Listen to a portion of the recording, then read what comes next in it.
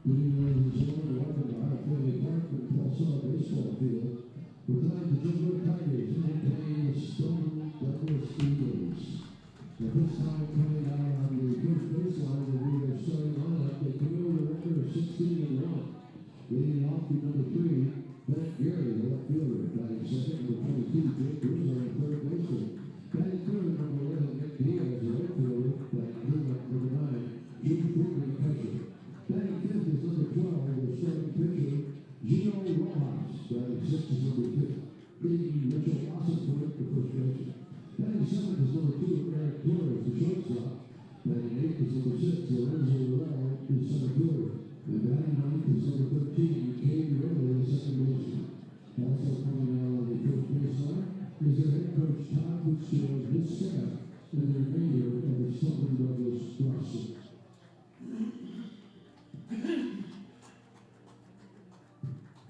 Now let's meet the starting lineup for the Jesuit Tigers. They come out with a record of 13-4, leading things off number 9, Jordan Smith, the right fielder. Batting second is number 2, Cannon Goodall, the center fielder.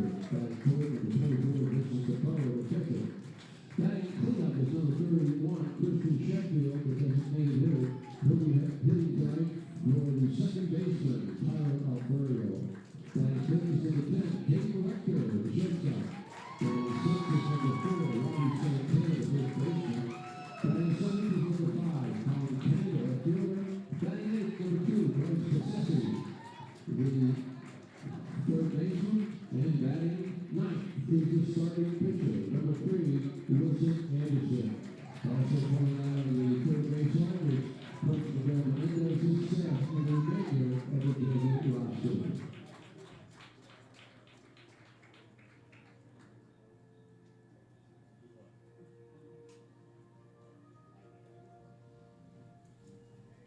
Now we ask all of you to please stand for an opening prayer, to be followed by the playing of our national anthem as we honor America. In the name of the Father, and the Son, and the Holy Spirit, amen. Almighty God, we ask your blessing on all gathered for this game between Jesuit High School and Stoneman Douglas. We pray especially for the young men that compete here tonight. May they play to the best of their ability, free from injury, and according to the size standards of sportsmanship. And may all of us in our daily lives seek to do your will for your greater glory. Through Christ our Lord. Amen.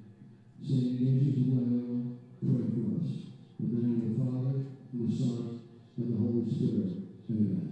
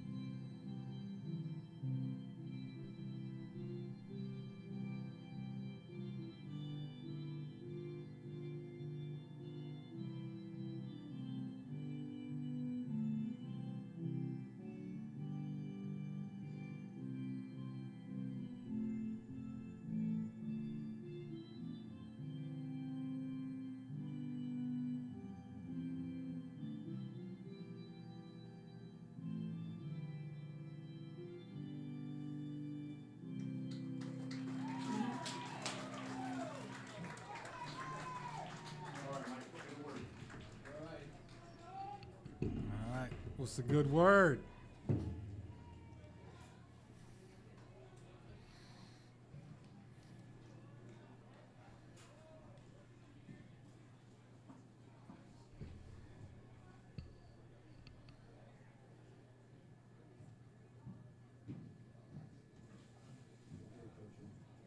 David Field defensive for the Tigers, going out to left field, Colin Kenny, out to center field, Cannon Goodall, over right field, Jordan Smith, out to third base, Bryce Cassesi, shortstop, Hayden Rector, at center base, Tyler Alfredo, over to first base, Robbie Santana, behind the plate, Vincent Capello, and on the mound, Wilson Anderson. Hey, Mike. Colin Kenny's in left and Brody Smith's in right. Is that right? Brody Smith's in right, and Colin Kenny is left? Yeah, Colin Kenny's the left. Okay. I'm sorry. I thought you were saying I thought.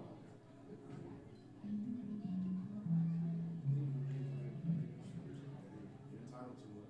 You earned it. All right, folks. Doug Polites here with the Jesuit Tiger Sports Network, bringing you tonight's heavy hitter matchup here. We've got Marjorie Stoneman Douglas in town, a Florida powerhouse from Parkland down in South Florida, to match up against the homestanding Jesuit Tigers here in Tampa, as there's a slew of highly ranked opponents that Jesuit has on their schedule, and none more impressive than the Stoneman Douglas Eagles. To the mound, Jesuit will send Wilson Anderson, and to the mound, Stoneman Douglas will send Gio Rojas. So that would be, in the junior class in Florida, that would be the number one right-handed pitcher in the state of Florida in that class against the number one left-handed pitcher in the junior class in the state of Florida. This should be a dynamite matchup.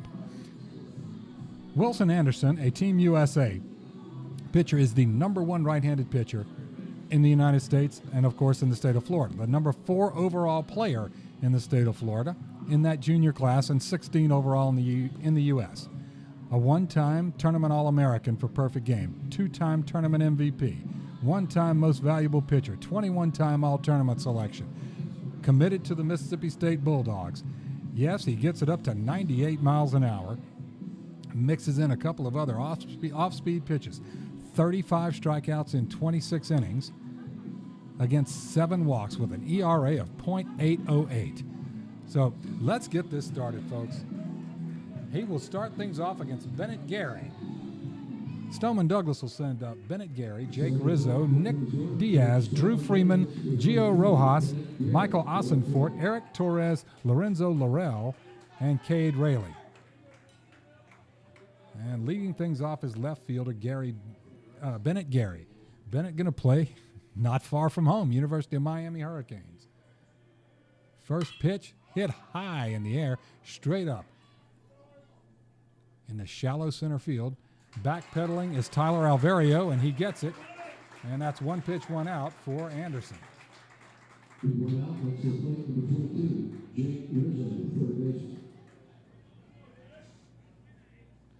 So behind Wilson Anderson is Bryce Bassesi at third. Caden Wechter, welcome back to the lineup, young man. At short, Tyler Alvario at second, Robbie Santana at first. Left to right in the outfield, Colin Kenny, Cannon Murtaugh, and Brody Smith. That a high chopper over the third baseman and into left field for the first base hit of the game, as Jake Rizzo is aboard with a single. All right, that brings up Nick Diaz, as both Eagle hitters have swung at the first pitch. This is junior Nick Diaz, the right fielder.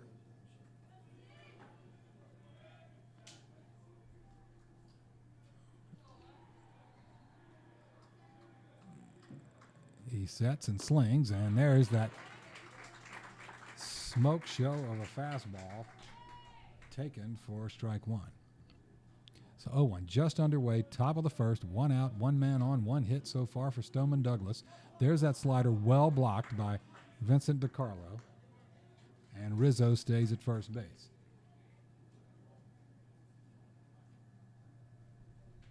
Rizzo didn't even get a chance to say it. He is a University of Dayton Flyer when he finishes up for the Eagles.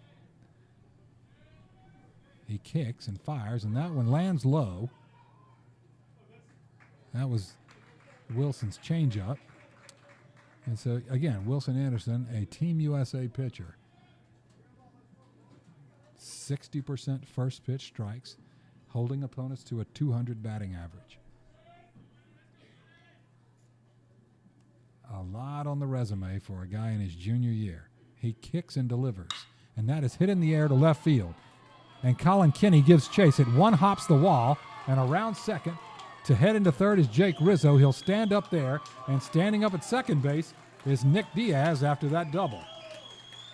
Well hit ball that one hopped the wall.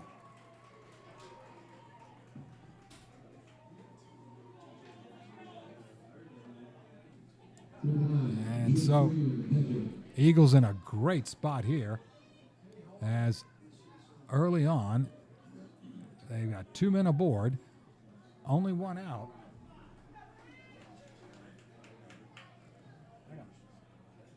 I got 2 hits, not 3. All right, up now is Drew Freeman. Drew Freeman, the number 16 ranked catcher in the state of Florida in this senior class. He is committed to the University of Louisville. Going to go play for the Cardinals. 11-time perfect game all-tournament selection.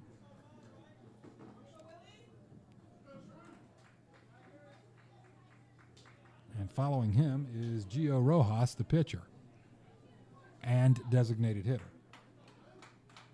So Wilson's going to go from the windup.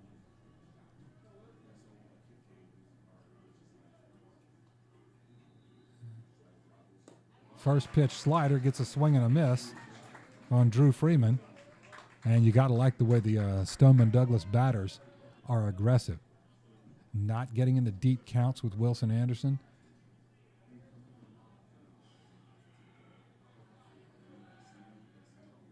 Here's the 0-1. Same pitch, same result, this time looking. 0-2 to Drew Freeman. And the Eagle catcher has dug a little bit of a hole for himself. 0-2 against the number 1 right-hander in the country in the junior class. That is Wilson Anderson.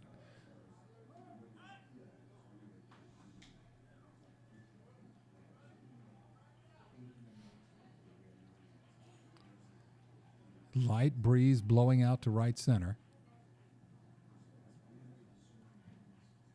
And there's that same pitch. Home plate umpire does not agree with half the crowd here. I think Wilson Anderson really wanted that call, but not going to get that one. He's made up his mind. 1-2. Right now, as you can see, if you're watching on this live stream on Jesuit Tiger Sports Network, you can see that Wilson's face is in the sun. This is an interesting phenomenon. Fouled back straight into the netting. 1-2. You can see the shadow across the field. This, to visitors, often kind of wreaks a little bit of havoc to the left side of the field. So third baseman, left fielders, shortstops for about another inning. And then the shadows are covering the whole field. But early on, sometimes you'll see a tall pitcher like Wilson Anderson, and his face is right in the sun, especially when the other main starter, Ryan Thompson, who's a lefty, and he's sort of staring right at the sun in his stretch. And then as he kicks and delivers, he goes into the shade. So it's got to be a little disorienting. There's a fastball right in on the hands to Drew Freeman, and he fouls that back. Nicely done to keep himself alive. So Wilson now 11 pitches, 8 strikes, 3 balls. 1 out on the leadoff pop-up to shallow center. But since then, it's been a single and a double from Rizzo and Diaz.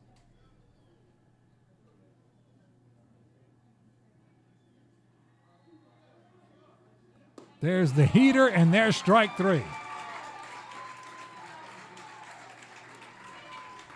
He brings the smoke right over the inside corner and gets him looking.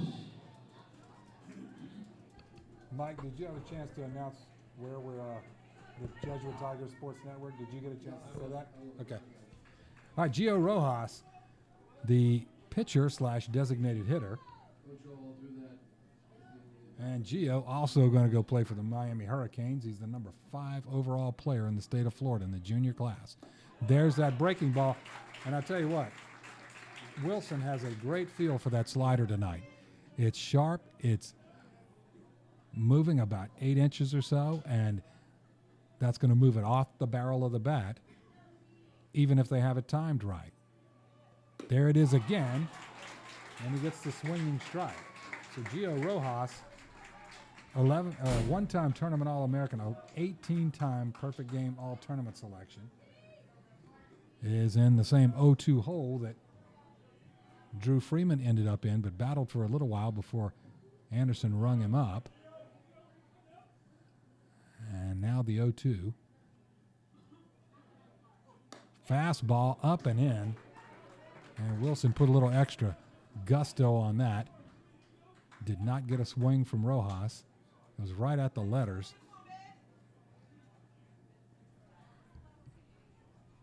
And the future Mississippi State Bulldog wanted that one, but a little too tall. The end of the windup. He kicks and delivers, and that one sliced foul. And it's a good thing that Michael Ossenfort in the on-deck circle was looking somewhere else, or it probably helped him. It just zipped right past him, right behind him, bounced off the wall, and then right in front of him. So if had he moved, either coming in or going out, it would have hit him.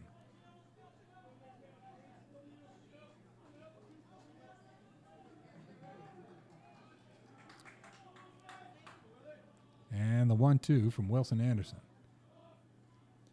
That one gets by Vincent DiCarlo. He can't find it, and that's going to score the run. That was a wild pitch on a slider that bounced well in front of home plate.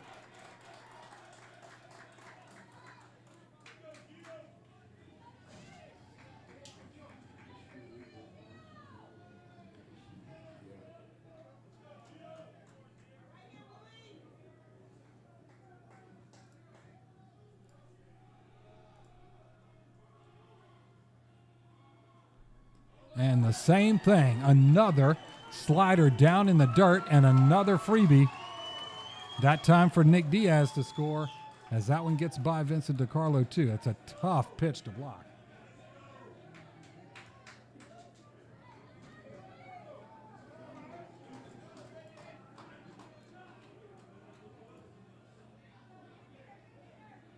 So we now full count, guys? Yep.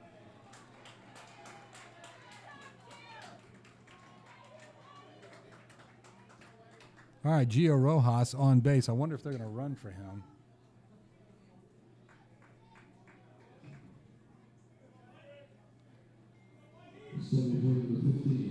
Yeah, it looks like Gio Rojas is going to run for himself. Michael Ossenfort up, the first baseman. 10-time perfect game all-tournament selection senior.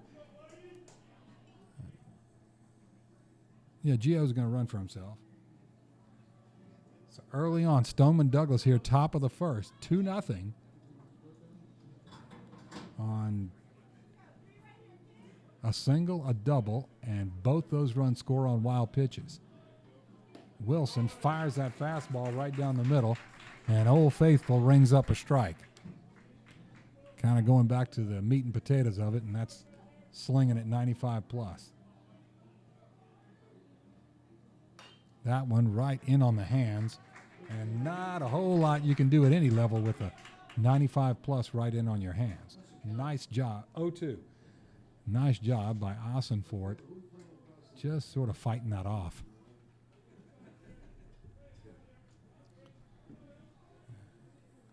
Anderson fully in the shade now. And he gets the swinging strikeout to get out of the inning, but not before 2 score. All right, in the top of the first, it is 2 Eagle runs on 2 hits, no errors, 1 man left on base. We're through 1/2 of 1 inning, 2-0, Stoneman Douglas.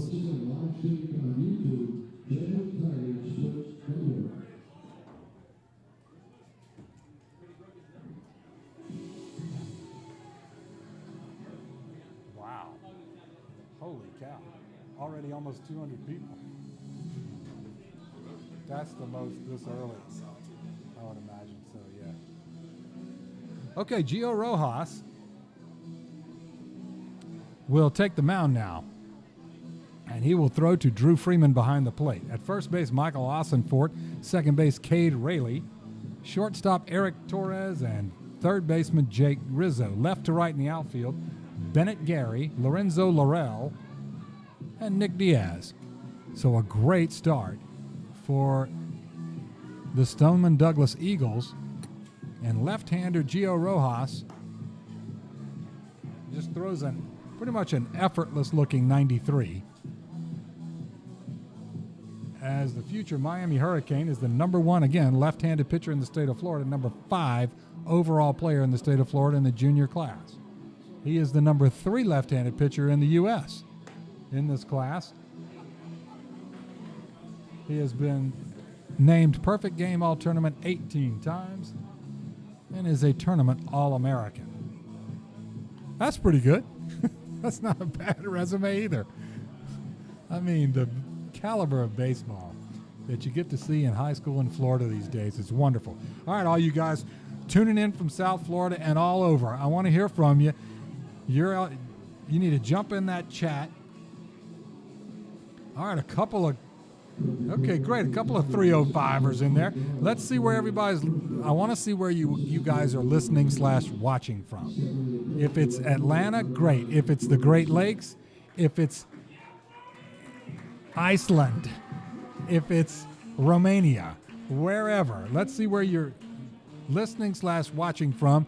I know there are grandparents and fans and parents and relatives and old girlfriends and whomever are watching tonight. Tell us where you're watching from.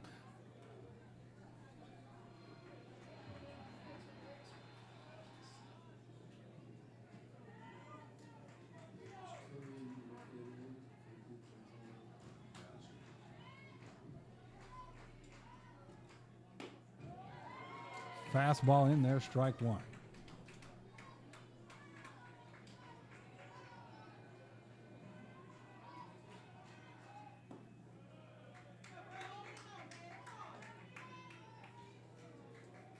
A strike and a ball to Brody Smith. Now, Brody, a future East Tennessee State Buccaneer. Fastball from Gio Rojas, and it has a lot of pep on it. I tell you, he is fully in the shade, so he's not having to stare down the sun. Works from the windup and the 1-2. And he gets him on a vicious slider. Wow. I mean, that is a sweeping slider that is going to get a lot of people out.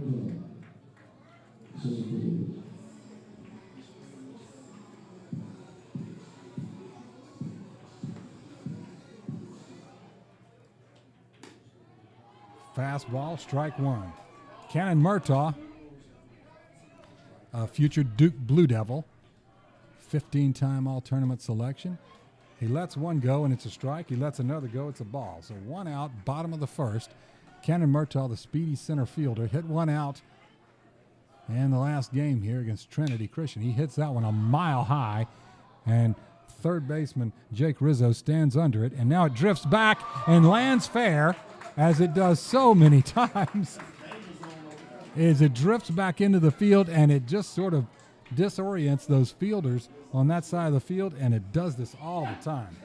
So that's a single for Cannon Murtaugh. That brings up Vincent DiCarlo. Vincent going to play for the North Carolina State Wolfpack, the senior catcher, number 2 catcher in the state of Florida in this graduating 2025 class. And Gio Rojas in the stretch. There's that breaking ball. Man, I'll tell you what, this guy is an excellent pitcher. Great stuff. So much zip on his fastball and a great slider or cut fastball or whatever it is. That's sort of a little arm side run there. I wonder if that's a changeup.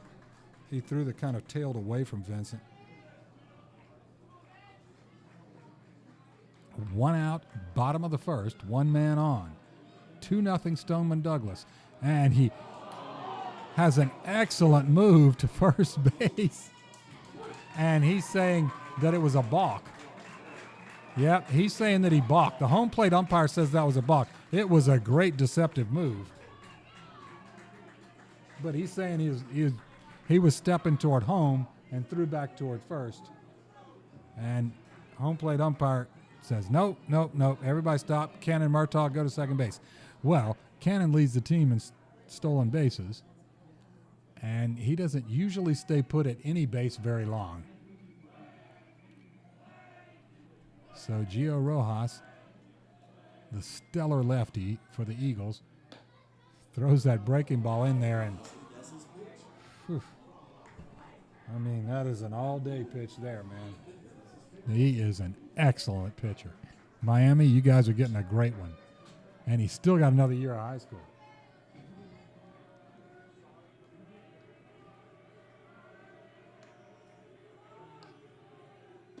A swing and an empty hack, and he gets to Carlos swinging.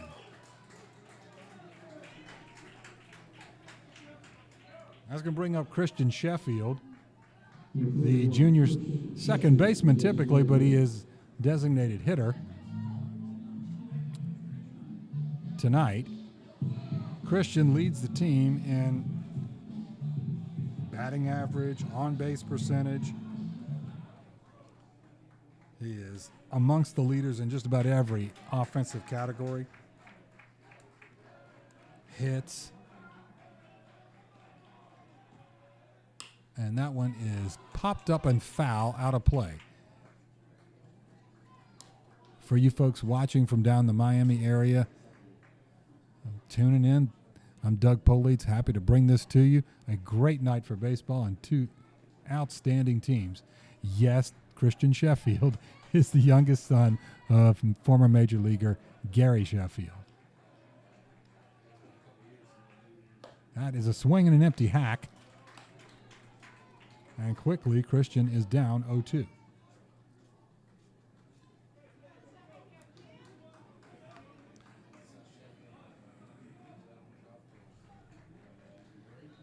And Gio Rojas comes set and slings and gets a swinging strikeout to end the bottom of the second, or bottom of the first inning. All right, so in the bottom of the first, no Jesuit runs, one hit, no errors, one man left on base. After one completed, Stoneman Douglas 2, Jesuit 0.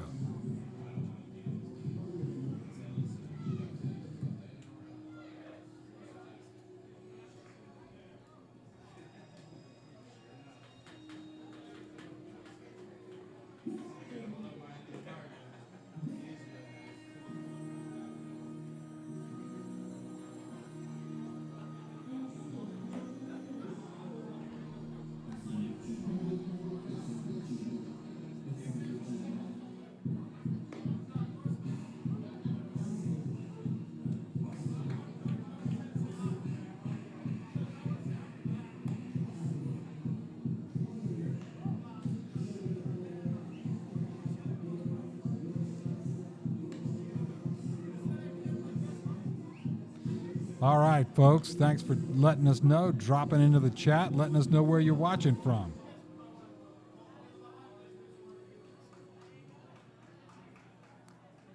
Sure thing. Somebody wants to know if Gio is the best pitcher Jesuit has faced this season. Of course, I'll let him do his thing tonight and then let you know. But so far, he's certainly up there. All right, Wilson Anderson now going to face Eric Torres, the shortstop. Fastball. Okay, ball one. Look good, but I don't have as good a view as home plate umpire. Eastern Kentucky University Colonels. That's who Eric's going to play for. There's a strike from a slider or a cutter from Wilson Anderson. 18-time perfect game all-tournament selection. And that one hit in the air to right field, and it bounces inbounds for a single. Brody Smith grabs it. And a errant throw gets by Caden Wechter at second base, and that's going to allow Torres to go headfirst, sliding safely into second base on the throwing error.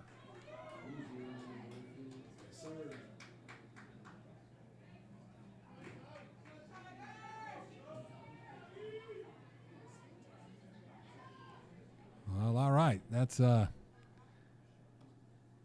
spots Eric Torres 90 feet and brings up Lorenzo Laurel. Lorenzo is going to play for the University of Florida Gators. We've heard of them. He's the number 3 ranked outfielder in the junior class in this state of Florida. 2-time perfect game tournament MVP, a 28-time all-tournament selection, and a tournament All-American twice. That's a bouncing ball over to Wechter, and it gets away from him at shortstop. And that's going to put Lorenzo Laurel on.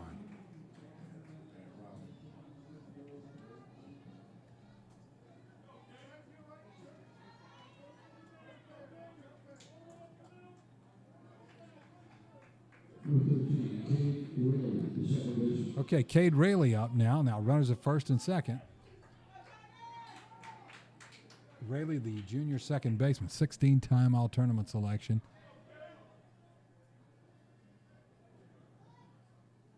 And the attempted bunt in the air, back into the netting. No, it made it over the netting, and somebody caught it. They got fielders all over the bleachers tonight.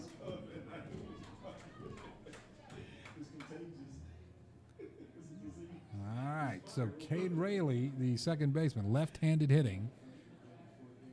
Second baseman has attempted to bunt. He squares again, does not get that one down. That was a fastball high and tight. I think it hit the bat, and the bat came back and hit him. He's kind of tapping his chin, almost like seeing if he can feel his chin. I don't know. I'm telling you more than I know, okay? So, 0-2, no outs so far. Top of the second, and Stoneman Douglas came to play. That is a fastball that is over the inside corner, but I guess a little too tall, and a ball and 2 strikes.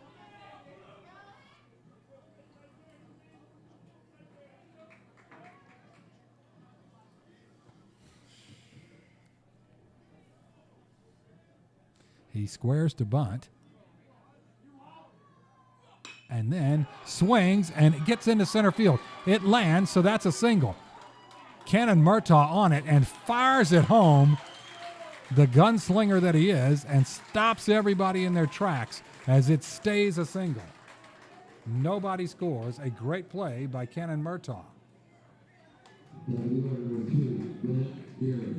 Reminds me of an interview with Greg Maddux. He always said, I want to keep the ball in front of the outfielders, so you've got to hit 4 singles to score. That was the way he thought of things. Just keep it in front of the outfielders.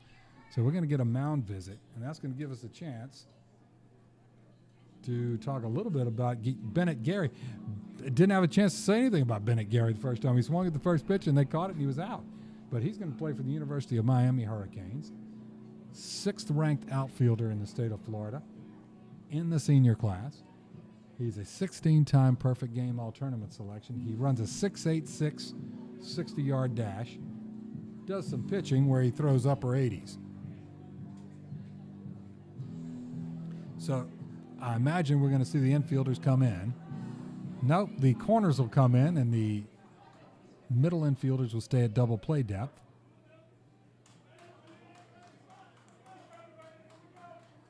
And so Bennett Gary to face Wilson Anderson, who slings it down and in, ball 1. With Gio Rojas on the mound, it's certainly on everybody in Jesuit's dugout's mind that don't want to let too many runs score, because they're going to be at a premium against him. There's a strike from Wilson Anderson. Again, Wilson, Team USA, #1 right-handed pitcher in the state of Florida and in the country in this junior class. 98-mile-an-hour fastball. And has hit speed bump after speed bump in the first time through this Stoneman Douglas lineup. Throws his changeup there and gets a called strike. So now it's a 1-2 count. Boy, this is a time for Wilson to get one himself for sure, and try and help the Tigers get out of this jam. He sets and slings, and that one is fouled off his own ankle.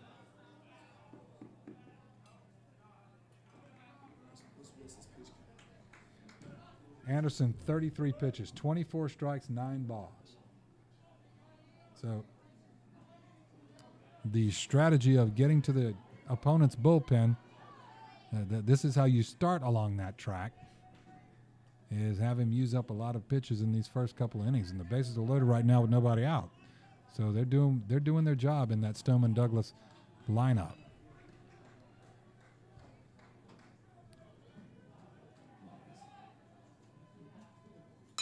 And that is hit in the air to left center field. Making his way over there, but over his head is Colin Kenny. That's going to score 1, 2. Third one coming around. The relay throw from Wechter off target, and the third run scores on a bases clearing double from Bennett Gary.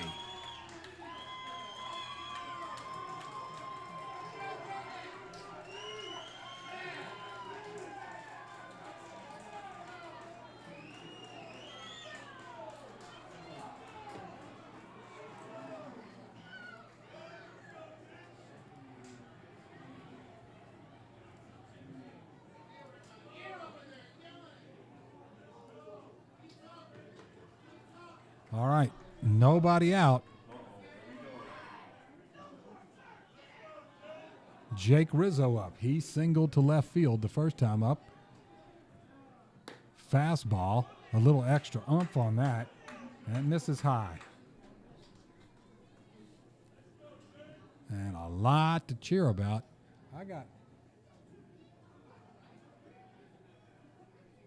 There's a misses with the ball. I got 5-0, guys.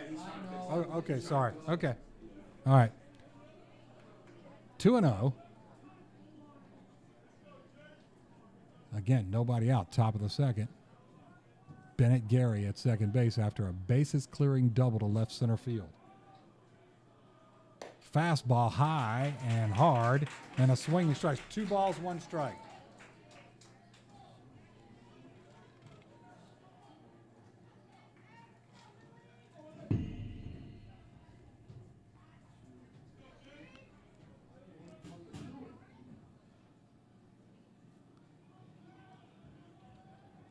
And he kicks and fires, and that's hit high in the air, foul, out of play. So Wilson Anderson, he's getting some bites on the high fastball kind of at the letters. Problem is, had a number of these end up in play. A couple of fielding/throwing mishaps have been certainly harmful early on. There's strike 3 called over the outside corner as Wilson gets one looking and gets one himself. That brings up Nick Diaz. Nick doubled to left field, a 1-hopper off the wall, and the first inning. Left plate number 11, Nick Diaz, left field. So 1 out, top of the second. Wilson, long stare down with Gary out at second base.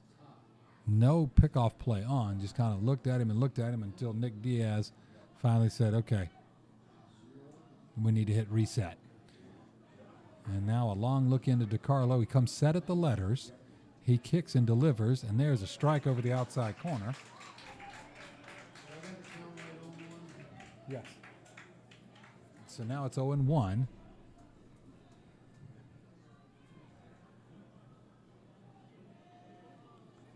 Five nothing Stoneman Douglas, a great start for them. That one, inside fastball fouled right off his own ankle. And Nick Diaz has to kind of hop around a little bit. That hurts.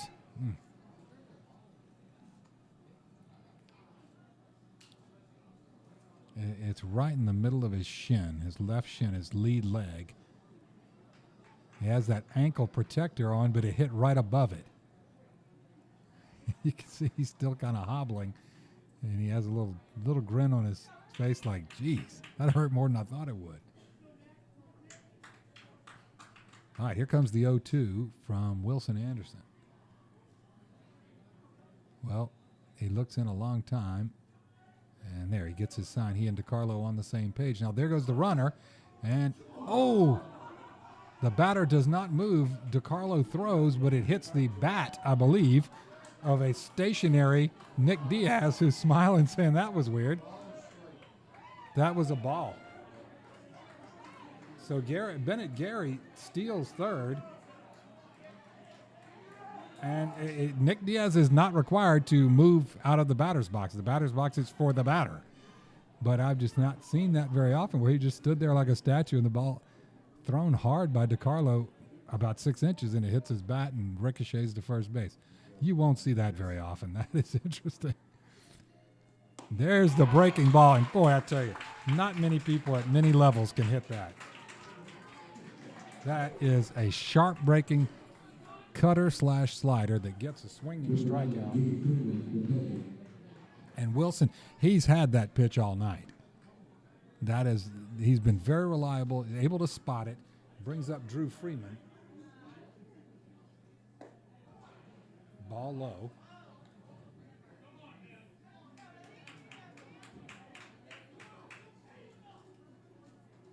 Drew Freeman again going to play for Louisville. And he swings through that one. It's now a ball and a strike. He was called out on strikes his first time up.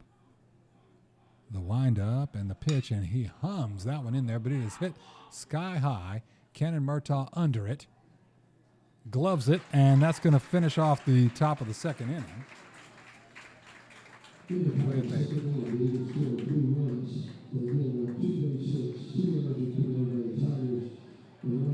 All right, so in the top half of the second inning, Stoneman Douglas, 3 runs, 3 hits, 2 Jesuit errors, 1 man left on base. We are through 1 1/2.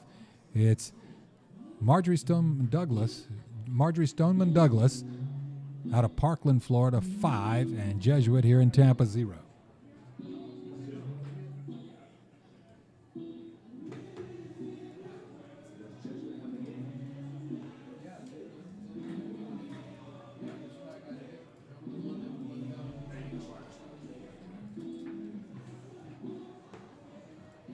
Way to go, YouTubers. I'm loving you guys. 320 plus people already watching on the Jesuit Tigers Sports Network.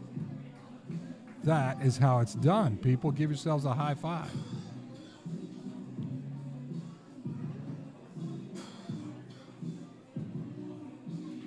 A lot of Miami Hurricane fans on this chat.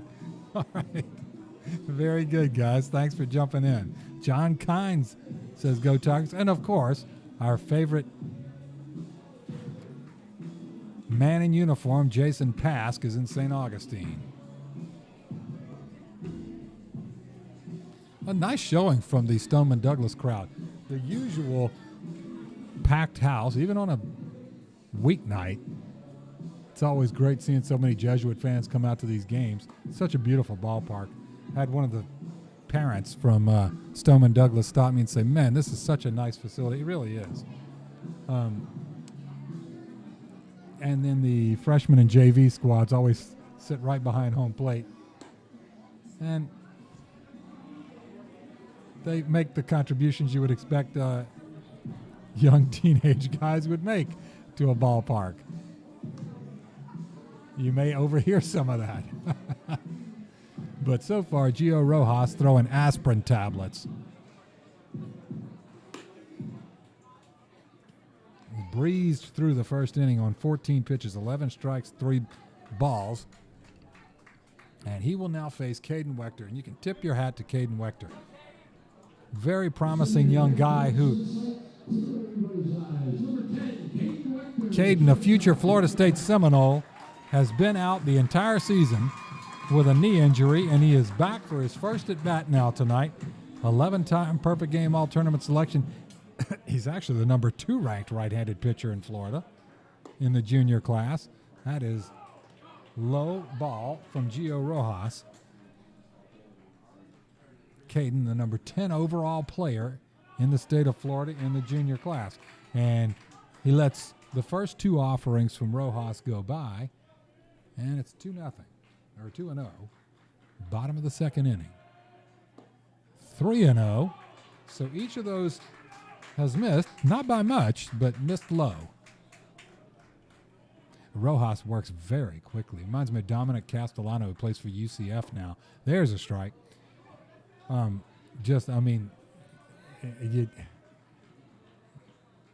get 2 blinks maybe in between pitches. That one misses about an inch and a half off the outside corner. That brings up Robbie Santana. Robbie, 15-time all-tournament selection by perfect game. Robbie leads the team in slugging and on-base percentage, and is 3rd in on-base percentage. Is swinging it well. Is the 6'1", 195-pound senior. So Wechter aboard on a base on balls. Rojas bounces it in, but nicely scooped up by Freeman, and Wechter can go nowhere on that. Nobody out, bottom of the second. 5-0 deficit. So Jesuit going to have to figure out a way to start getting runners on and moving them around against Gio Rojas, the future Miami Hurricane.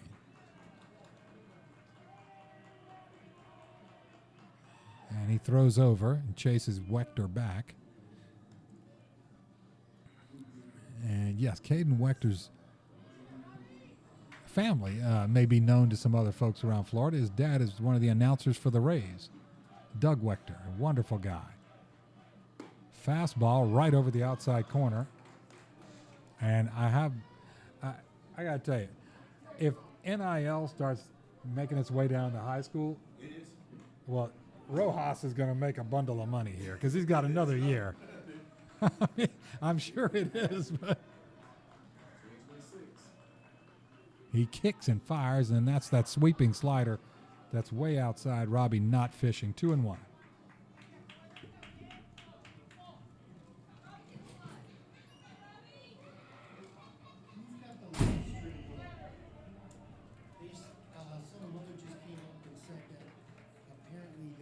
There's profanity being picked up by a microphone and being broadcast on the internet.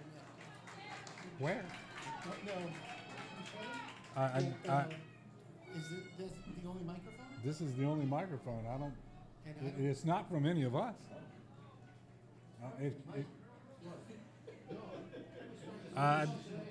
Okay. Misses down and low, or down and out. Full count. broadcast over the internet. Folks, if you guys hear any, you can hit me up in the chat and tell me if you're hearing any inappropriate words over the broadcast. Obviously, they're not coming from us up here, but maybe, I don't know, one of the security gentlemen came up and said, somebody said it's being broadcast over the internet. Swung on and fouled out of play, going left, way left. Going to hit Karl Marx in the head.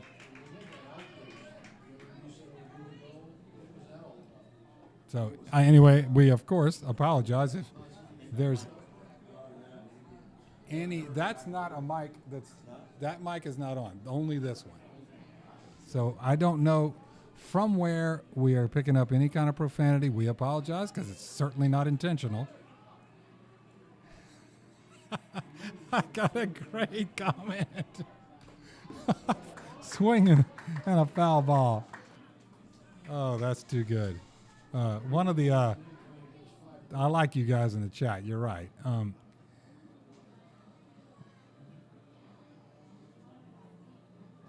Very good. See, I'm getting educated here. There is NIL in Florida. Yep. Everybody in here is nodding their head. So, all right, I have the sound perfectly appropriate. Thank you, Yina Alonso and Tanya Ferranti, who says, I can't hear any profanity. Been on the whole game. Thank you, ma'am. Hey. Thank you. Y'all, I'm giving you a shout out, lady. Hail Mary, full of grace. Exactly. Full count to Robbie. And he gets him looking.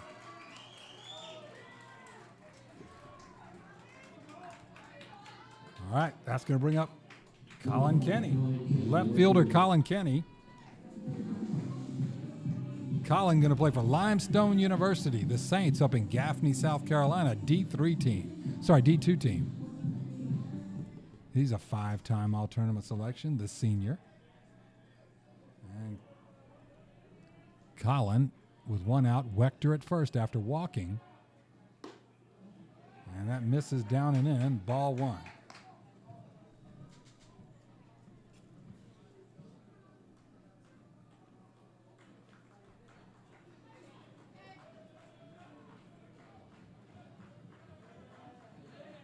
And there goes Wechter, and the pickoff throw, they've got him.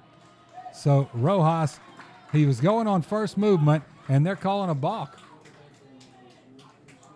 Is he calling a balk again? Yeah, this time the first base umpire is calling balk, but Stoneman Douglas's coach is saying, come on, man. He said the guys at University of Miami don't think he balks. Goodness. Okay, well, now second base umpire is walking over toward Wechter. And second base, I don't know, he's walking with a purpose or maybe he's just getting in position. All right, so they're talking it over again with the home plate umpire. Goodness gracious. And a lot of sorting out here, but they have not reversed anything. So we're going to register that as a balk. So there's one out and a runner at second now. If it wasn't a balk, Wechter, he didn't even bother sliding. They had him.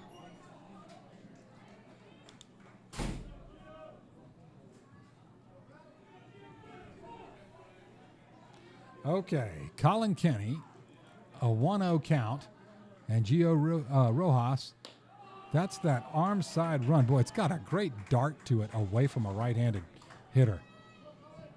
Man, excellent, excellent array of pitches from Rojas. And a good temperament. He's very calm, confident, works very efficiently, and he spins around, throws it, but it gets by shortstop into center field, but Lorenzo Laurel right there.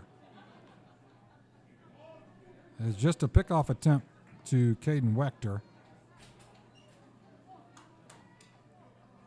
And Wechter's safe back at second base.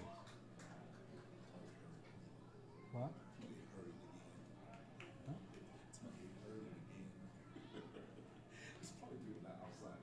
I don't know. And that one is a foul ball out of play.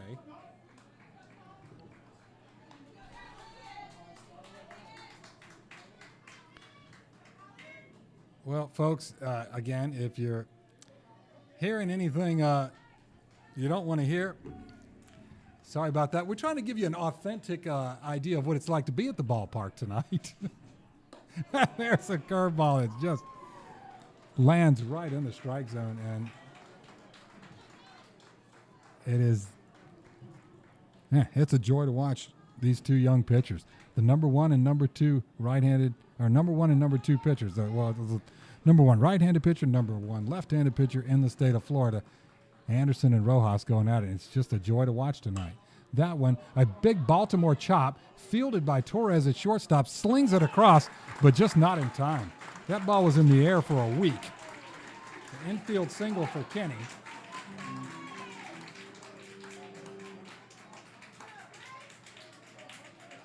And that moves Wechter over. So really, that's what you do. We're going to have a meeting at the mound here. I mean, Colin Kenny, that's what you do. You got a pitcher who's as on as Rojas is with the stuff he's got. If you get to two strikes, just battle and fight and just get the bat on it, and maybe something good happens, and that's what you saw there. Great job by Colin Kenny. They're going to talk this over out on the mound in the Eagle infield. All right, so one out, bottom of the second. Now runners at the corners, and Bryce Bassesi comes up. He has had a number of clutch hits. He is a 23-time all-tournament selection by Perfect Game. He's been a tournament MVP one time.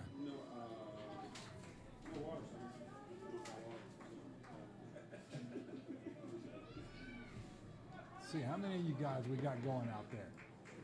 Okay. 376. I'm loving it. So, I mean, the word to me was some, I guess, inappropriate word was going out to the whole internet. I'm sorry. Wish that weren't so, but I don't hear it myself, and it's not coming from the press box. So Bassesi watches a slider in for strike one.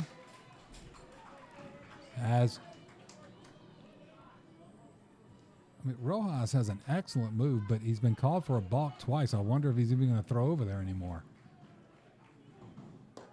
Yeah, I think he's going to get called for going around. Yep, there's that sweeping slider, and it was sort of a check swing by Bassesi, but just so hard for a lefty to lay off that, especially when he's going to come right back with a, you have to assume, or at least be ready for, mid-90s fastball from a lefty. And that same slider gets him swinging as Rojas gets the big empty hack.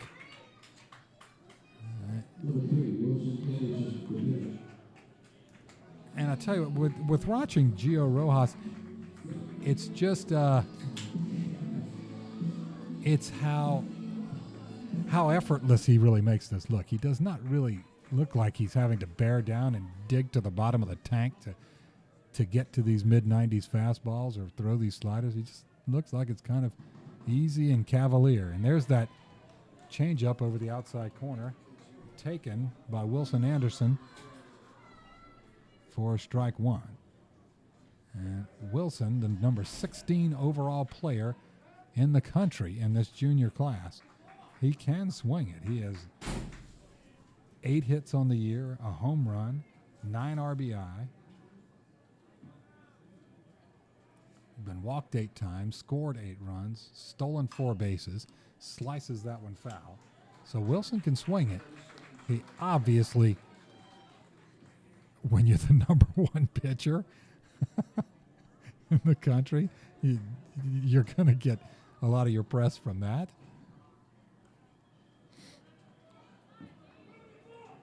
But he finds himself in an 0-2 hole to Rojas,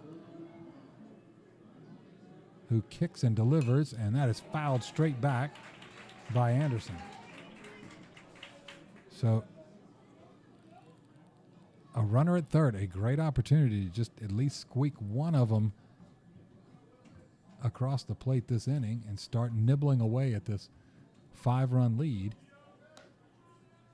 as each half inning that the Eagles have batted, it's been a crooked number. And that one a fastball, and it's fouled straight back. So Wilson doing himself proud as a hitter.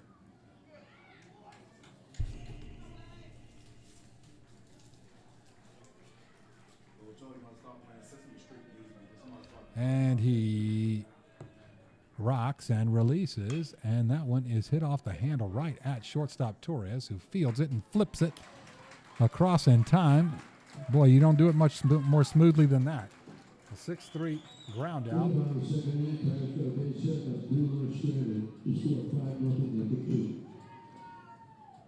That ends the half inning. So, bottom of the second, no runs, 1 hit, no errors, 2 Jesuit Tigers left on base. And after 2 complete, it's 5-0 Stoneman Douglas.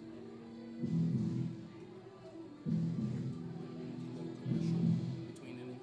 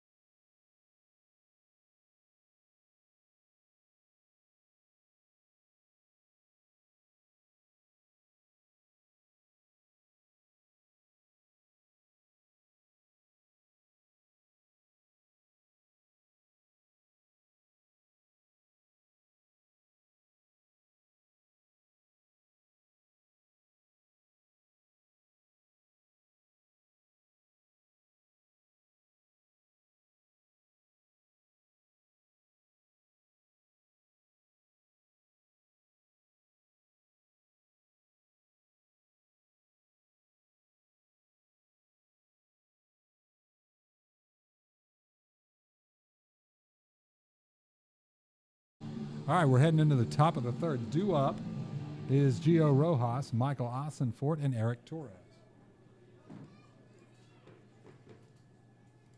400 even. We're at 400 even, viewers. Pump it up, guys. I think the most we've ever had was 650. We can get there. It's early. Gio Rojas. He walked his first time up, and he hits that one in the air to right field, right at Brody Smith. No, it gets over his head. It sort of stood him up there for a second. He looked like he had it, and then realized it was carrying, and it's a double over his head. That's a double, man. It had a lot of, it just kept on going, so that's a hit.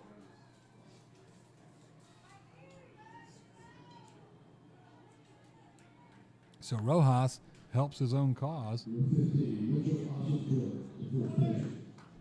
Michael, I think it's Michael.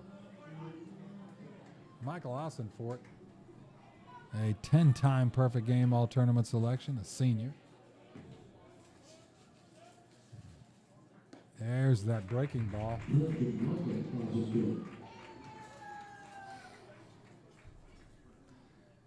All right, Ossenfort watches that breaking ball. It goes in for a strike, and that really has been the go-to for Wilson Anderson tonight.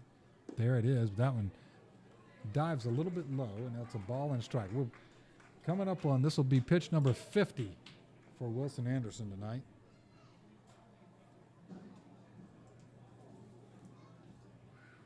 There is some activity out in that Jesuit bullpen. As Ossenfort struck out swinging his first time up, and that's a fastball just off the outside corner, and the count moves to 2-1.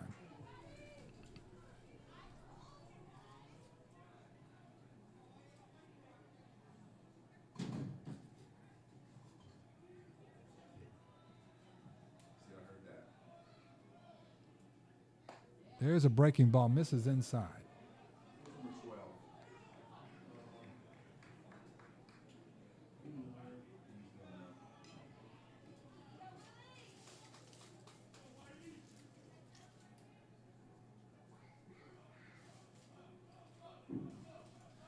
He kicks and delivers, and that's right in on the hands. Fouls it off. You do yourself a great service as a young pitcher getting comfortable pitching inside like that. Wilson does a great job of it. You don't want to be afraid to pitch inside. The plate is 17 inches. It's not 13. It's 17 inches, so use all of them. And that means throwing it right in on the hands. There's almost nothing you can do with it if you can throw 98 miles an hour right on somebody's hands, unless it's Barry Bonds. Then it doesn't matter if you throw it at his eyes, he can hit it out.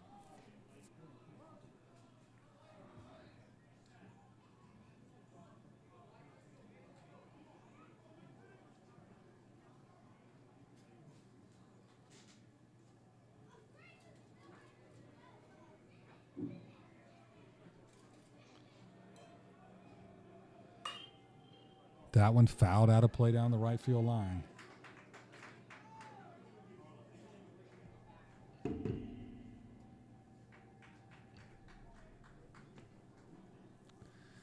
Full count, and there are the 8 o'clock bell tower chimes. It is top of the third, and we've been at it an hour. And that is a bouncing ball over to second base, scooped up there by Alvario. He hauls it in and heaves it out in time, and that's out number 1.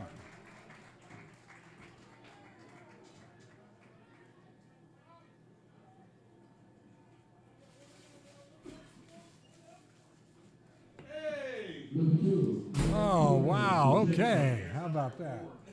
How about that? Father Richard Hermes he's in the building, folks. All right, Eric Torres comes up. He singled down the right field line his first time. Hey, Father, how are you doing? We're going to have a nice little talk with Father Hermes in a second. That is amber, but when you push that button and it goes blue, it's locked. And we can actually talk. Okay? You don't really have to. You could. I don't know what it sounds like in there. All right, a ball and a strike. Father Richard Hermes here. What a pleasure. To have him in the house tonight. There's that breaking ball. I'll tell you what, that's the go-to tonight, really, for Wilson. He has really got it dialed in. In the windup, infield is in. Nicely smothered by Vincent DiCarlo. There's a reason. He's the number 2 catcher in Florida in this senior class. 1 out. Couple of balls, couple of strikes. Wilson delivers, and that one inside and right at the letters. And Eric Torres kind of stood up straight like, wow, that was kind of close. Future Eastern Kentucky University Colonel.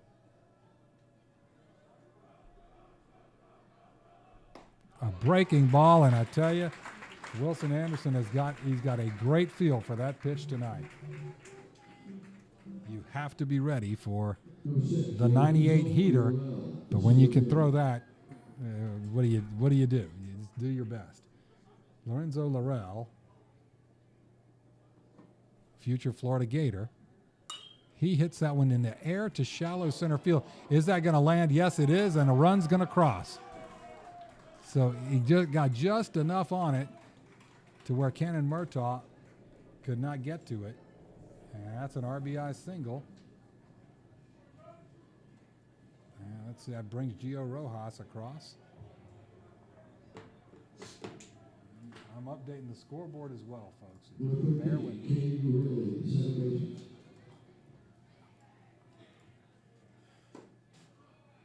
Ball low.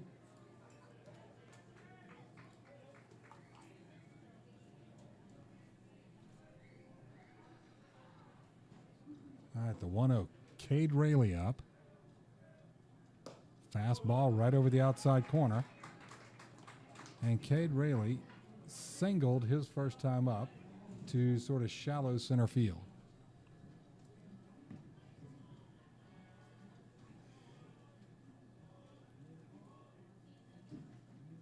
Same spot. Well, okay, maybe not same spot. Ball outside. Say that again? Do I have one hit too many? Yes, it's 7 hits for them.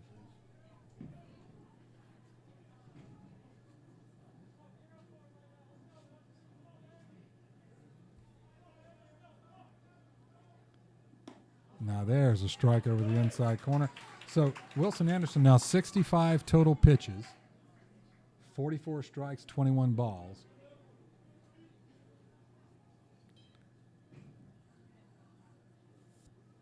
He checks Laurel at first base, comes set, and delivers. And that is hit hard into the 5-6 hole, and there is a single to left field with 2 strikes for Cade Rayleigh and his second hit of the ball game.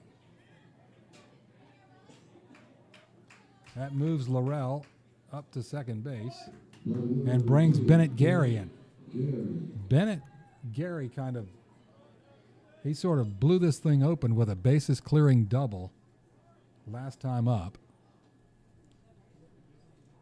He flew out his first time and doubled his second time up. There's a strike over the outside corner. On deck is Jake Rizzo and Nick Diaz to follow if it goes that long. That too tall, and now that's 68 pitches for Wilson Anderson.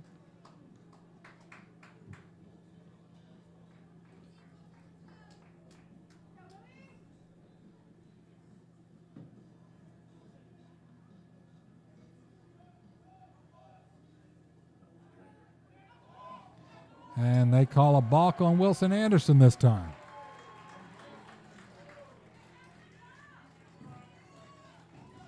All right, everybody moves up 90 feet.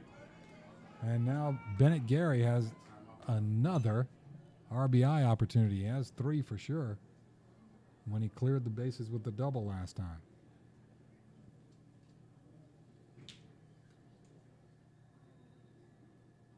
So now runners are second and third. A little bit of a huddle up over there with the third base coach. And even the on-deck hitter, Jake Rizzo, went over there. Everything's a learning opportunity, huh? All right, a ball on a strike. In the windup, Wilson will work from.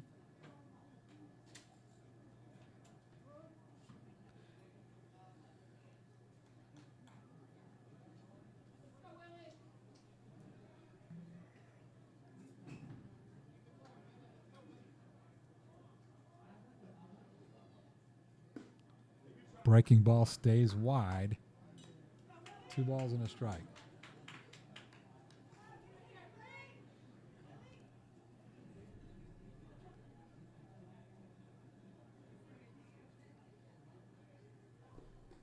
Again in the dirt, but smothered by Vincent DiCarlo.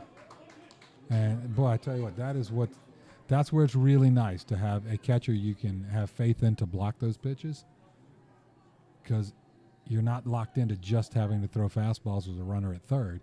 You can throw pitches that might end up in the dirt, and you know that your catcher's going to smother it. That one fouled straight back So Bennett Gary, certainly not one to go away easy. Future Miami Hurricane. 16-time perfect game all tournament selection.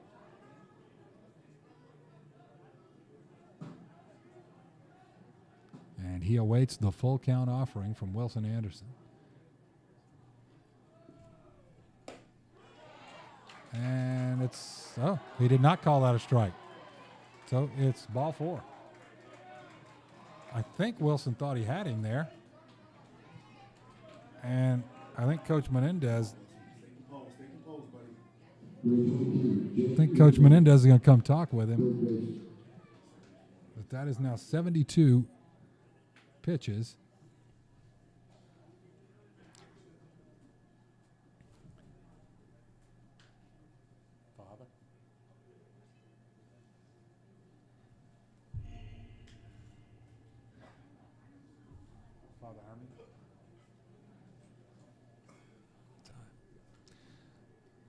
Kind of quiet here. That's because the homestanding Jesuit Tigers are down 6-0.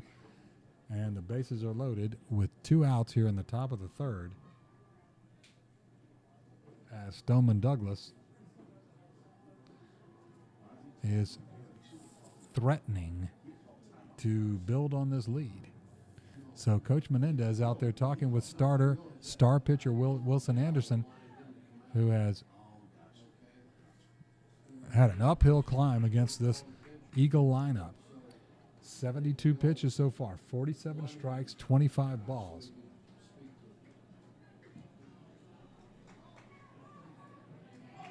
Wilson has given up 8 hits, 2 walks, 5 strikeouts, 5 earned runs so far.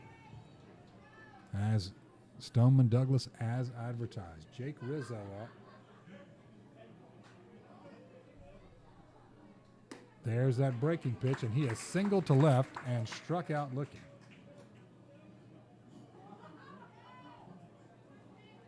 Rizzo going to play for the University of Dayton, a 20-time all-tournament selection. There's a fastball right over the outside corner. Perfectly placed.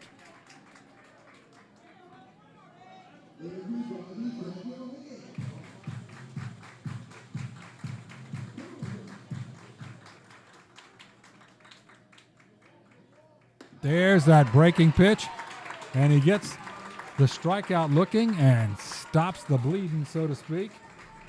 Limits it to a 6-0 lead that Jesuit's going to have to get busy and start working on now.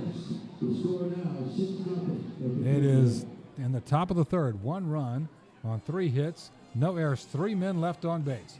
We move to the bottom of the 3rd.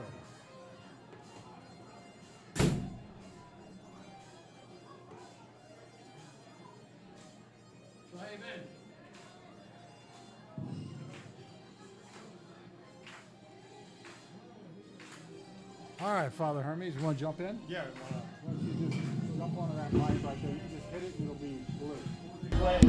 All right, folks, you're going to recognize this voice for sure, and that's Father Richard Hermes, who was a Jesuit president for 16 years? 16 years. And if there is a definition of strong, steady, but relatable leadership, it's Father Hermes. Tell us what you've been up to since you have been away from Jesuit. Thank you, Doug. It's great to be back, though. It's awesome. Awesome to be back in Hyer Family Park.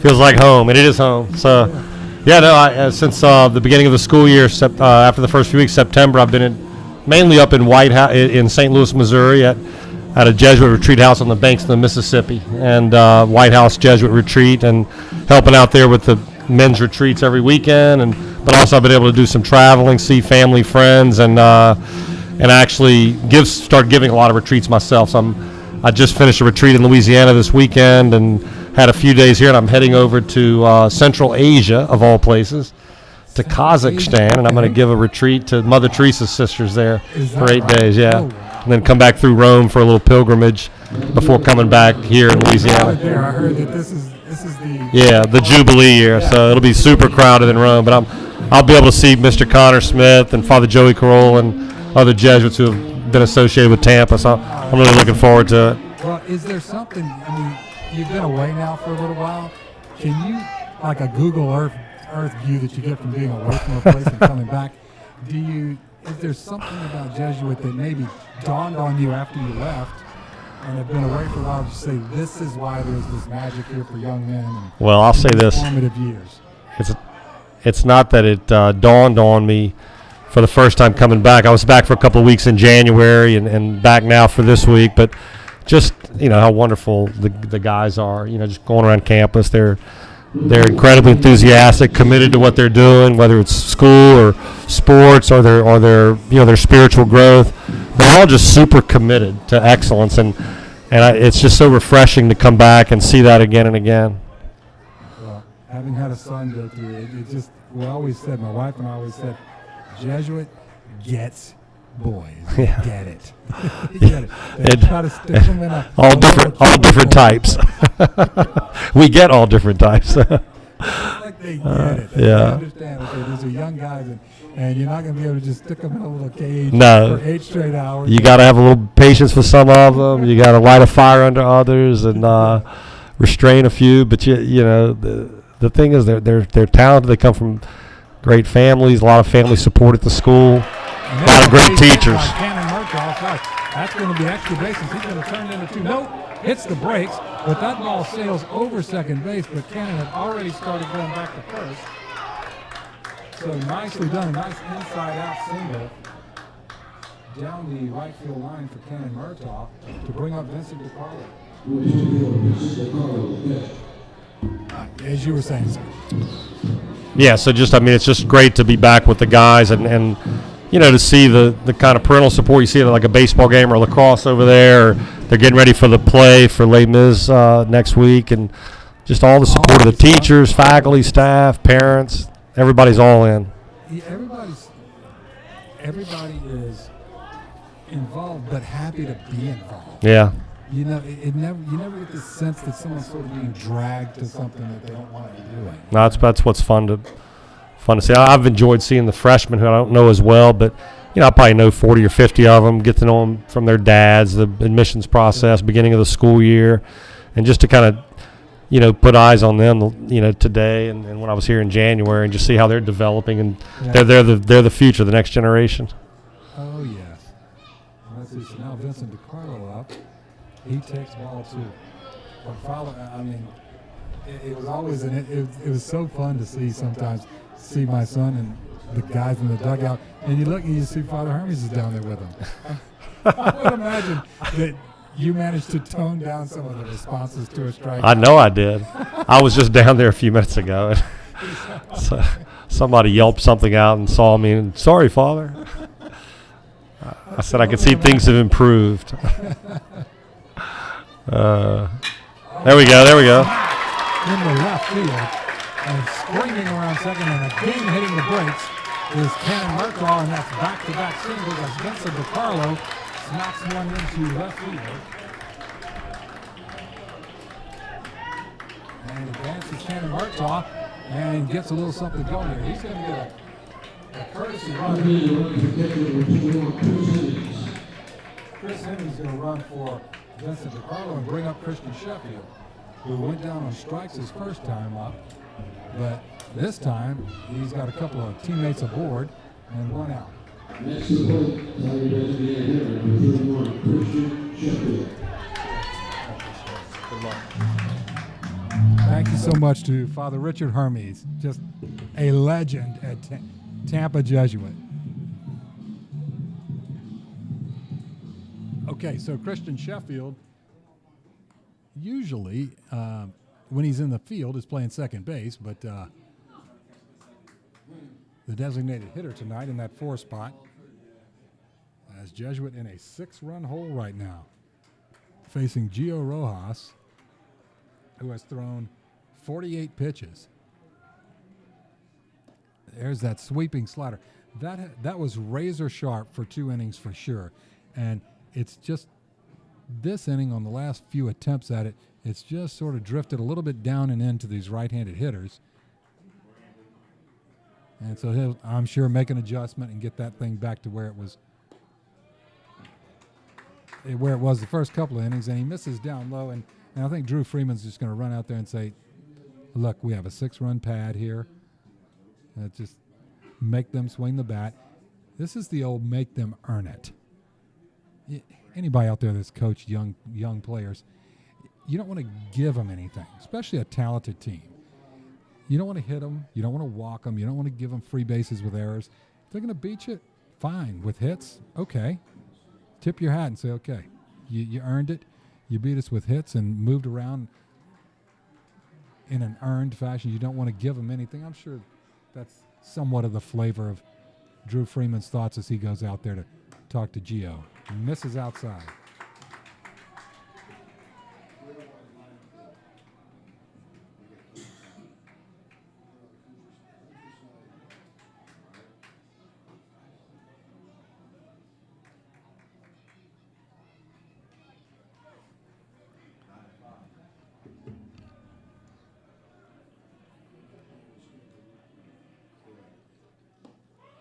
That one misses down low, and that's a 4-pitch walk. Thank you again. Thank you again.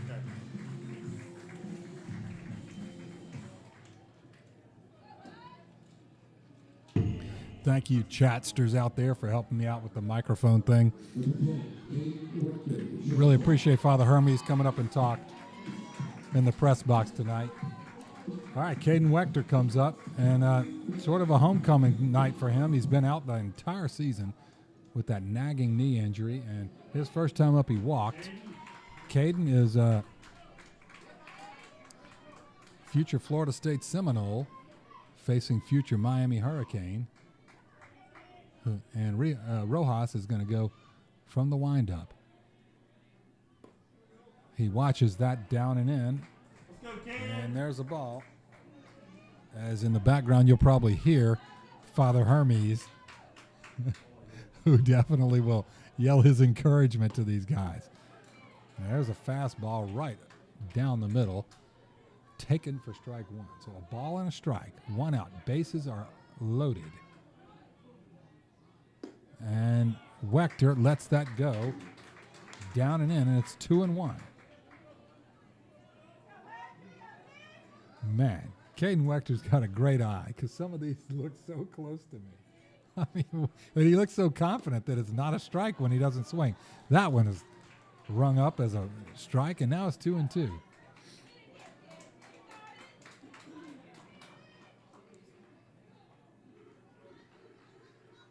That one hit on the ground to the right side. It bounces to second baseman, over to shortstop to get the lead runner there. 1 run scores. That's Cannon Murtaugh. And on the fielder's choice, Jesuit gets on the board.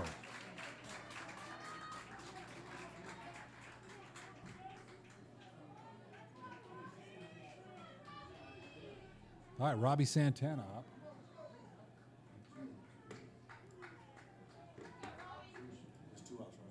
Yep.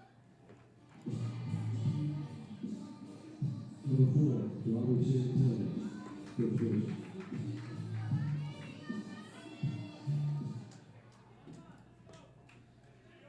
All right, Robbie Santana with runners at the corners. That is that sweeping slider that one was well outside for Rojas. He's now 58 pitches in. Gio's thrown 35 strikes, 23 balls. Higher proportion of balls this inning. As he's missing with the slider through a few batters now. Now there is a fastball that lands right over the outside corner. It's got so much zip on it, and then it has a little bit of a dart toward the arm side as well at the very end of its flight to the catcher's mitt. There's that slider, and he kind of shook his head after he delivered that. You can tell he's so used to that landing. He's so used to it working. And so I'm sure he's kind of shaking his head like, geez, this is a whole lot easier when that pitch is going in. Fastball a little low. So a dusty ball 3. And it's 3-1. Again, runners at the corners for Robbie Santana. Due up next is Colin Kenny. That went too low and too outside, and that's a free base for Robbie Santana.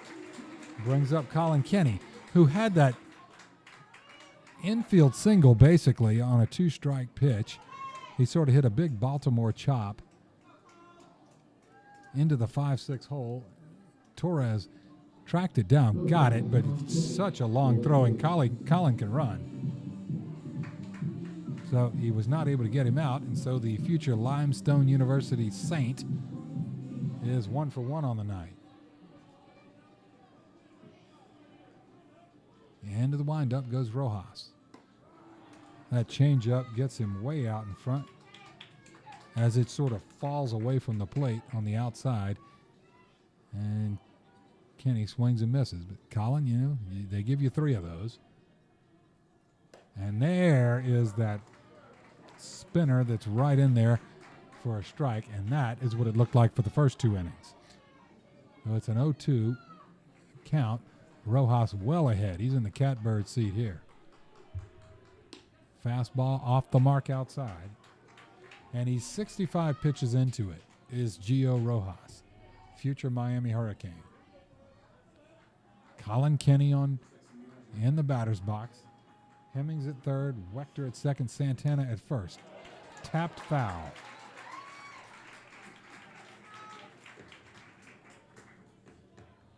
Knocking at the door of 500 of you guys out there.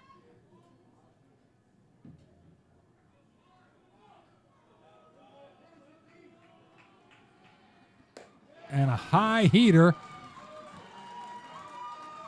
gets this empty hack and retires the side with a swinging strikeout. So in the bottom of the third, Jesuit gets 1 run on 2 hits, no errors, 3 men left on base. We're through 3 complete. 6-1 Stoneman Douglas.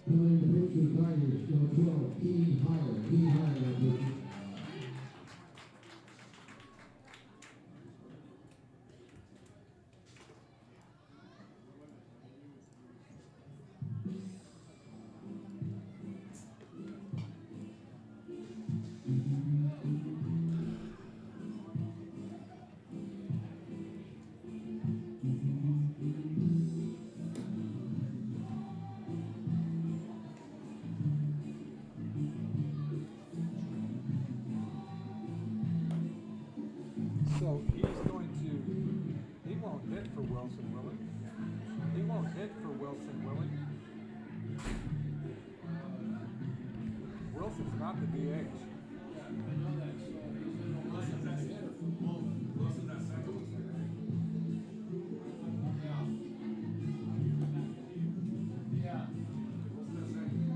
So he's going to go in for Tyler Alferio in the batting order. Wilson went to second. Okay.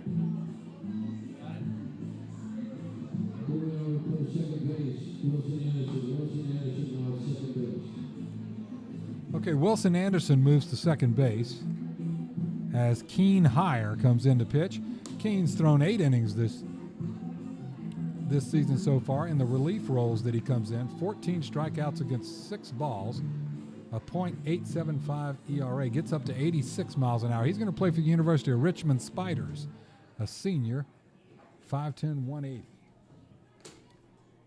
And right now, he has some work cut out for him to try and get through an inning of the Eagle lineup without any damage. Hasn't happened yet. 2 runs in the first, 3 in the second, 1 in the third. And Keen Hyer always working from the stretch. Fastball up high to Nick Diaz. Nick doubled to left field and then went down on swinging strikes.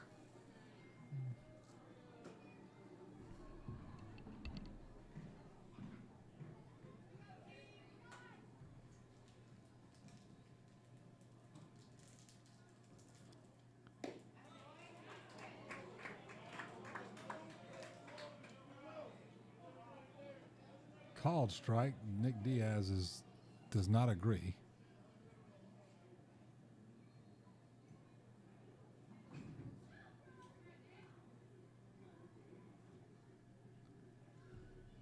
And And that one hit to left field as well. That one all the way to the wall. It's going to be extra bases for Nick Diaz. Colin Kenny gathers it up out there, gets it into Wechter, but not before Diaz has another double.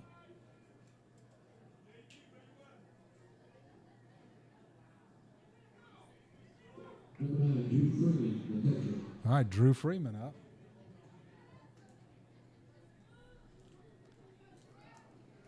As the leadoff hitter is on, nobody out. Top of the fourth, 6-1 Stoneman Douglas lead.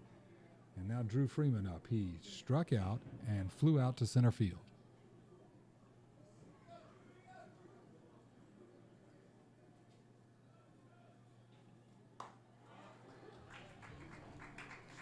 A lot of zip on that and called strike one.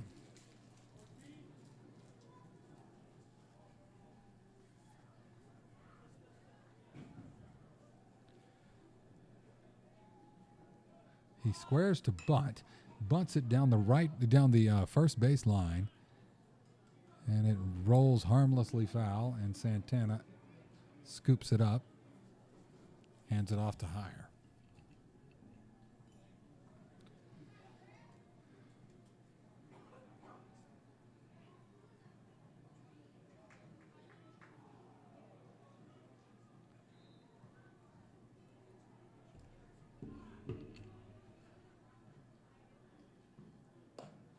There's his breaking pitch that misses a little bit up.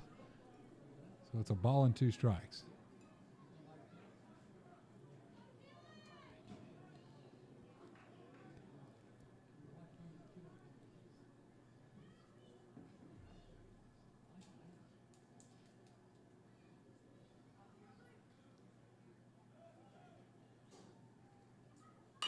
That one, a bouncing ball. Past the pitcher, Wechter has it, slings it across in time. Very smoothly done. It was 6-3 ground out.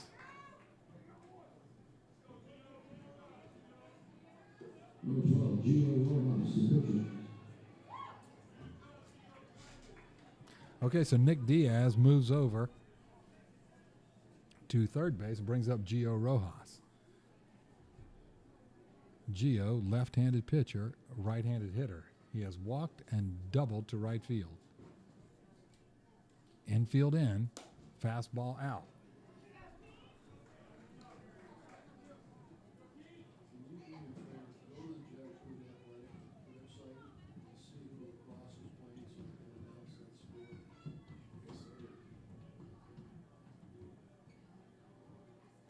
That one swung on and fouled back out of play. As Rojas has doubled, walked, and pitched a fine 3 innings so far. And that one hit into the 5-6 hole, a ground ball single to bring in Nick Diaz. And Gio Rojas helping himself out. And Stoneman Douglas continues to roll.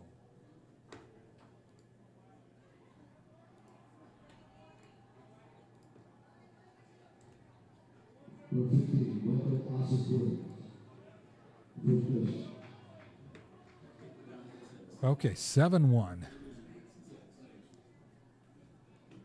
That brings up Michael Ossenfort. Keen Hyer breaks one out over the plate, called strike one. So he has struck out swinging and grounded out to second base thus far. Senior, 10-time perfect game all-tournament selection. And Hyer throws over, keeping Gio Rojas honest over there. It's actually really nice to see a pitcher running for himself.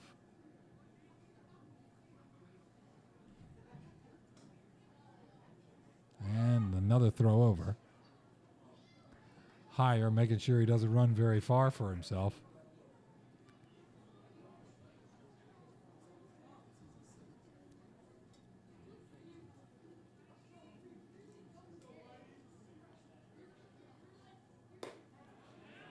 High fastball. Does he go around? No, he does not.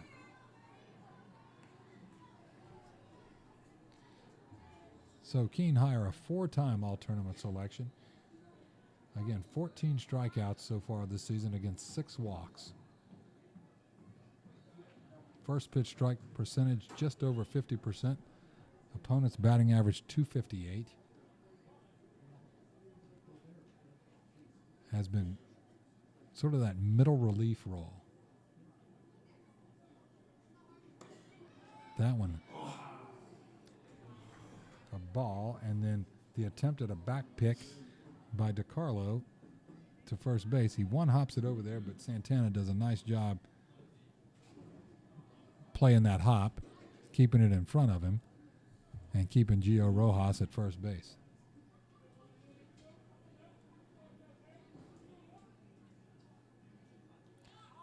Squares to bunt, then takes it back and takes a strike.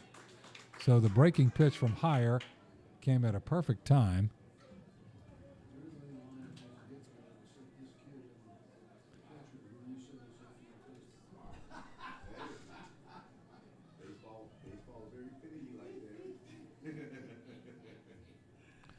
And the 2-2 from Hyer. And that one hit toward the 5-6 hole. Sliding grab by Caden Wechter. There's an infield hit. He kind of went to his right, slid on the ground to keep the ball in the infield, throws it from his knees, but just not able to get Ossenfort, and he gets an infield single out of that. Number 2, Eric Torres, the shortstop. All right, runners at first and second. So now Eric Torres, the shortstop, he has singled to right field and struck out. 1 out here in the top of the 4th.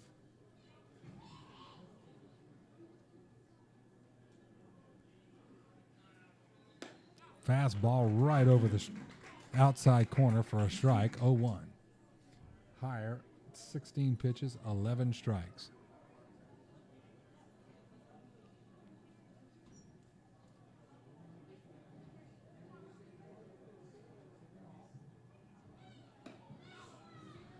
Misses just outside.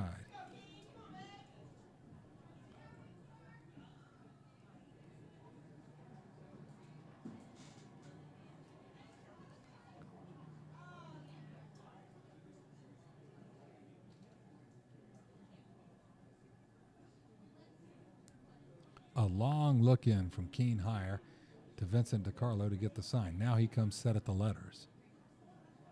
And that one hit in the air to right center field. Drifting over is Brody Smith. He's under it, drifts back, makes the catch, relays it in, and Gio Rojas advances to third. So the fly out to right field moves the runner up. Number 6, Lorenzo Laurel, the center fielder. That brings up Lorenzo Laurel, who has reached on an error and singled. It looks like he's got a pinch runner for Ossenfort.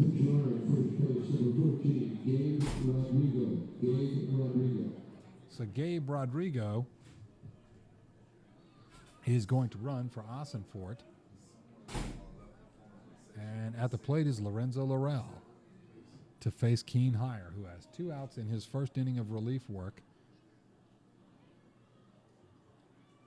There's that breaking pitch, and he's had a lot of success with that all season long, but certainly tonight that's been a go-to, and certainly has helped him get ahead of hitters, although these Stoneman Douglas hitters done a great job of just getting the bat on the ball, putting it in play.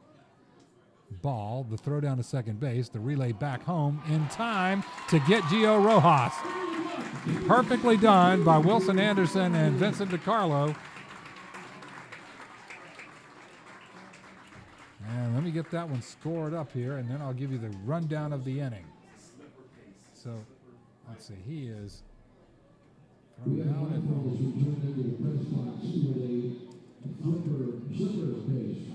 Okay, so in the top of the 4th, 1 Stoneman Douglas Eagle run on 3 hits, no errors, 1 man left on base.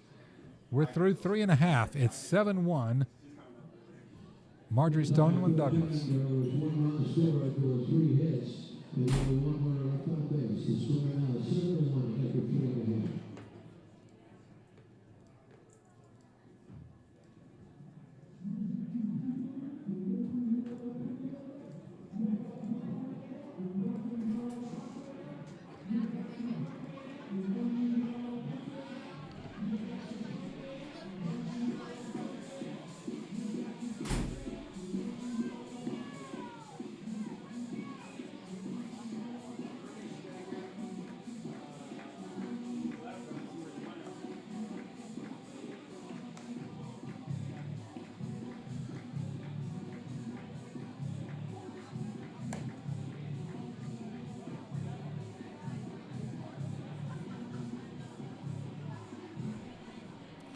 Well, all right, folks. Gio Rojas back out to the mound for the Eagles. And he has been tough as a railroad spike tonight. He is 67 pitches into this, 40 strikes and 27 balls. Let's see. Let me get some other totals on him here. He's had 6 strikeouts, 3 walks, given up 1 earned run, 3 walks, and Gio is at 67 pitches. So he'll go out for his 4th inning of work. There is someone throwing a football in the Stoneman Douglas bullpen, but nobody throwing a baseball yet.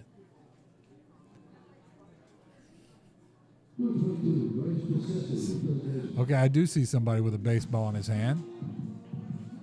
All right, Bryce Bessesi. He struck out swinging his only time up so far tonight.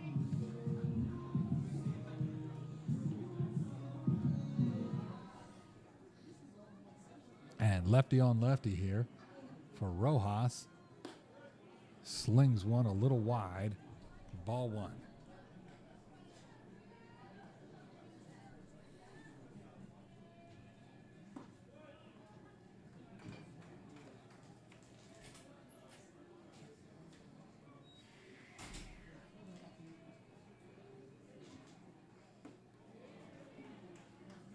Yes, he did go around, and it's now 1-2.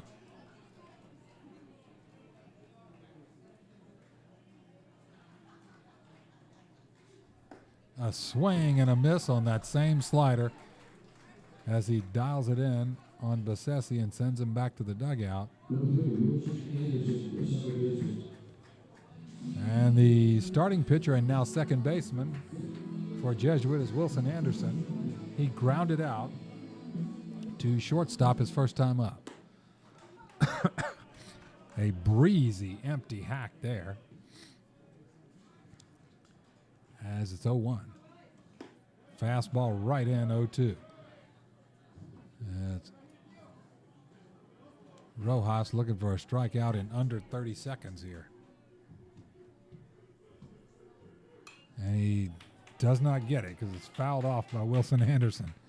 But he works very, very efficiently.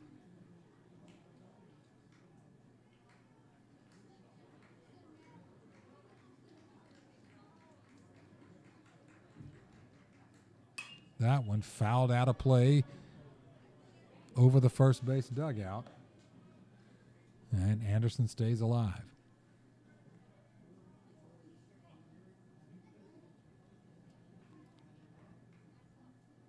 There's that slider. And Rojas, you can just tell from his body language, he's feeling it. I mean, he is just dealing. That slider is untouchable so far. Every now and then someone will get their bat on the fastball, but I don't think anybody's made contact with that slider yet. Brody Smith comes up. He struck out and grounded out to second base. There's that slider, and that no call, so that's a ball. Not by much, but it was a ball. There it is again. That one a little bit out as well. So, I mean, Gio really, he works very quickly. Fastball right there, and it looks like he's getting more and more zip on his fastball as the game goes on. 79 pitches so far for Gio Rojas. Fastball. Jeez, a little outside. Some of the Eagle fans over there saying, where was that? Because I'm telling you, when he misses, it ain't by much. And that one's a little low, and on to first base goes Brody Smith. And Cannon Murtaugh comes up. He has singled twice. He has been hot as truck stop coffee lately with multiple hits in each of about the last 5 games. He has really come alive with the bat. And that's that slider that kind of makes him straighten up his legs and get out of the way. It's well inside, so the step off and flip over to first base chases Brody Smith back. And Gio Rojas comes set, kicks and fires, and there is that what looks like a changeup to me, as it has that left-hander's arm side run that just sort of dives away from these right-handed hitters. Again, a flip over to first base. Cannon Murtaugh, future Duke Blue Devil, center fielder, junior. And that was another one of those pickoff moves to first base. They did not call a balk on that one, and he actually looked more off balance on that one than he did on either of the others. That one hit on the ground to shortstop, gobbled up there, fired across, but too high, causes Ossenfort to leap, leaving the bag, and that's going to be an errant throw. Yeah. And on with a reach on error is Cannon Murtaugh.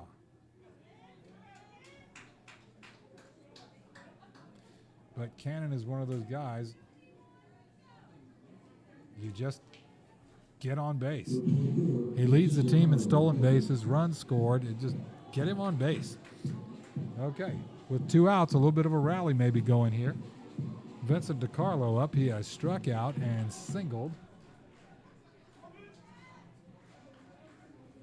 And he'll get his 3rd crack at Gio Rojas. And the lefty lands strike 1. That's pitch number 85 for Gio Rojas. Another lefty is warming up, but that bullpen's way down there. I can't see that far. I need my binoculars. Oh, and he hits Vincent DiCarlo in the left knee. And that's going to load the bases. Okay. Okay. So it looks like Braylon Courtney is warming up down there. And we're going to get a mound visit here. 86 pitches so far for Rojas, who's been brilliant. So far tonight, Rojas has faced 27 batters, struck out 8, given up 4 hits, 4 walks, 1 hit batsman. I'm sorry, 21 batters.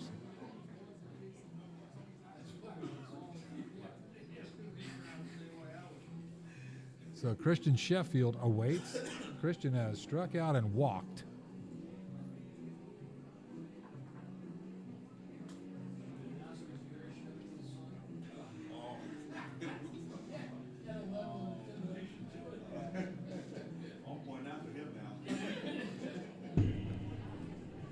All right, you guys, would you say this is the most impressive pitcher we faced this year so far? To be honest with you, I'm at an age where they're all I understand. I mean, I'm trying to think of how, not how they came in, but how they performed. Oh, the team itself. I'm saying, no, this pitcher. Oh, yeah. I think out of the performance of visiting pitchers this year that I've seen, Gaither's pitcher was pretty darn good, yeah? He sure was. All right, Christian Sheffield up.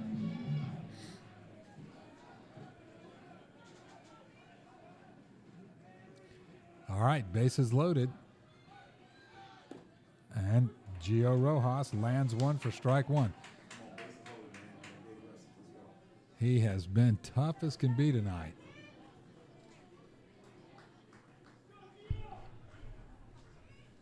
As the visiting fans yelling encouragement to Rojas. A swing and an empty hack from Sheffield. Put it in play, Christian. So it's 0-2. And certainly Gio Rojas in the driver's seat here against Christian Sheffield as it's 0-2. Bases loaded. Gotta think he's going to twist it off here. I'm no soothsayer. Are there still soothsayers in the world? Called strike 3. And he sort of dances off the mound. He's feeling it. I don't blame him. Tip your hat. Excellent pitch. He gets the looking strikeout and leaves 3 men aboard. So in the bottom of the 4th, no runs, no hits, 1 error, 3 men left on base. We are finished with 4 complete. It is 7-1 Stoneman Douglas.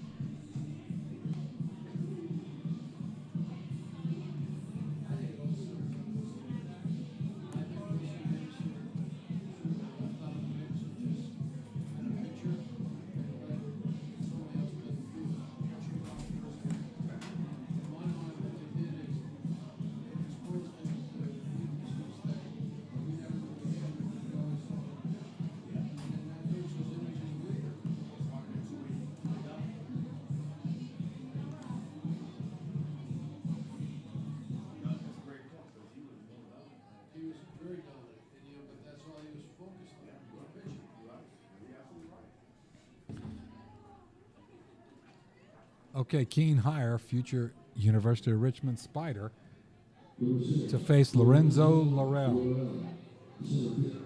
All right, center fielder Lorenzo Laurel. See, that's why, in my mind right now, Ryan Thompson is the best pitcher on the team. Because that's All right. And there is a breaking ball in for strike 1 as Lorenzo Laurel has reached on an error and singled.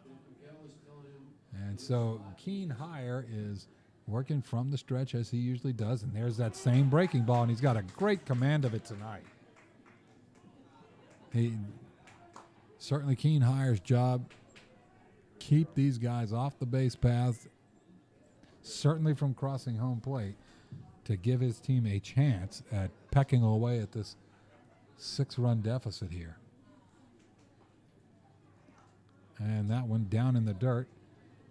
Ball 1 is a dusty one. A ball and 2 strikes.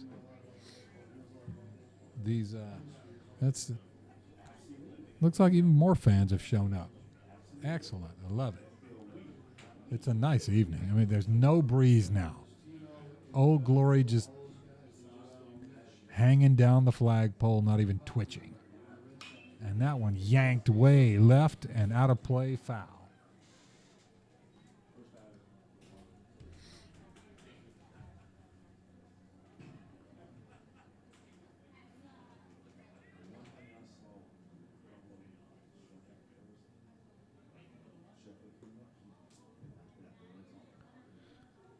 A long look from Hyer. 1-2.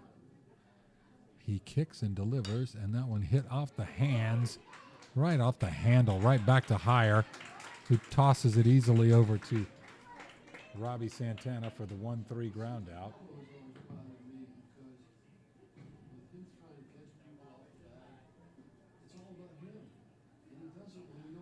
All right, Cade Rayleigh, he has singled twice.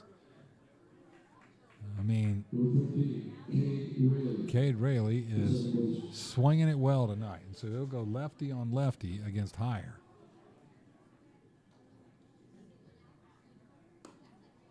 That one too tall, so a ball and no strikes. And Cade Rayleigh, the second baseman, again, 2 for 2 so far tonight.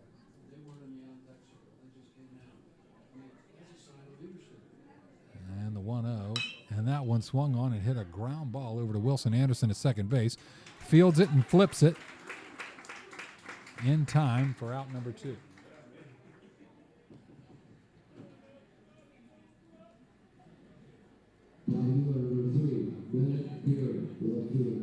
That must have sounded really impressive over the microphone. It ended up being kind of a pretty manageable ground ball over to second base, but boy, that really did sound loud. All right, Bennett Gary takes ball 1. He has flown out to shallow center field, doubled to left center, and walked.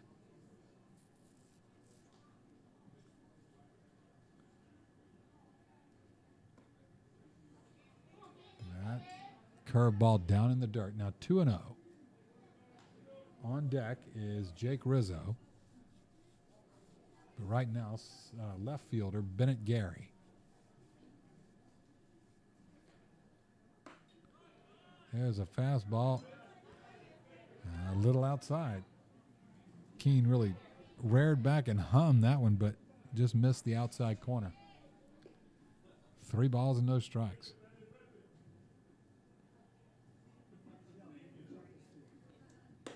There's a strike. 3-1.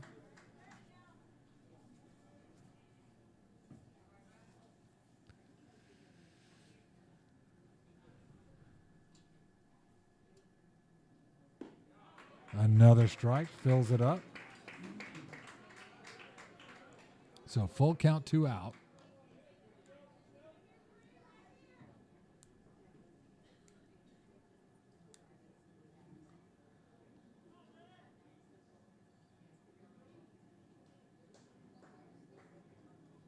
And a very long look in there for the sign. Now Bennett Gary back into the batter's box, and here comes Hyer's full count pitch, hit on the ground to second base. Wilson Anderson scoops it up and slings it over, and that's out number 3.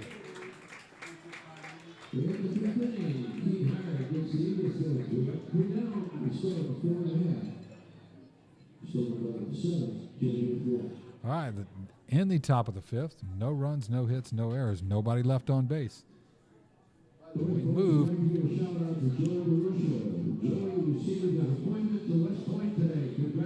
And we're through 4 1/2, headed to the bottom of the 5th, and it's 7-1 Stoneman Douglas.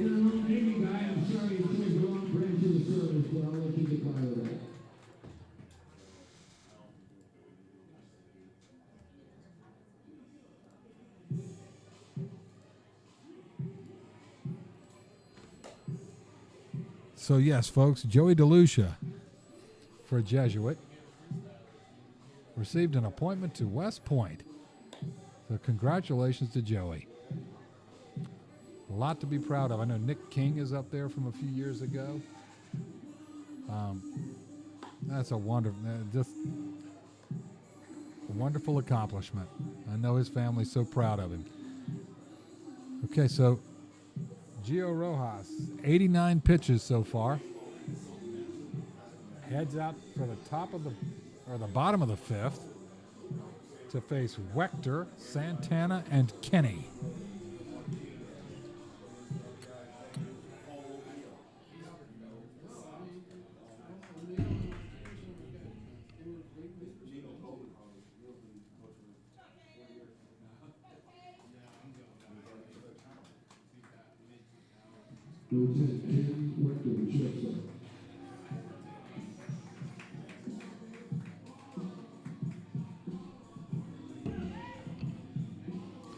Caden Wechter, junior shortstop, future FSU Seminole, 11-time All-Tournament selection. He takes high as he has walked and reached on a fielder's choice to the second baseman. It's another chance at Gio Rojas, and he takes strike 1.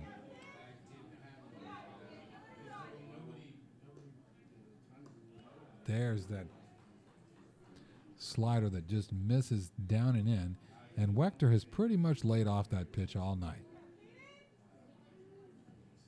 It is thus far not one that Rojas has landed a whole lot, as everything to Wechter seems to be a little down and in.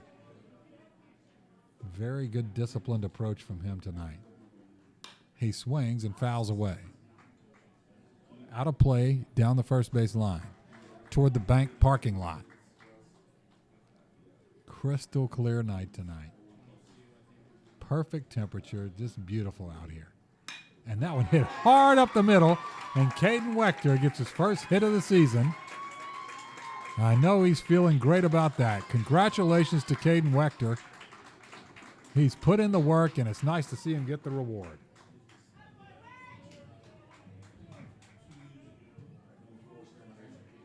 And I believe that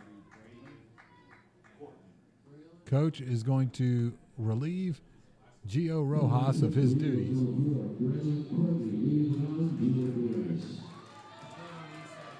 Gio Rojas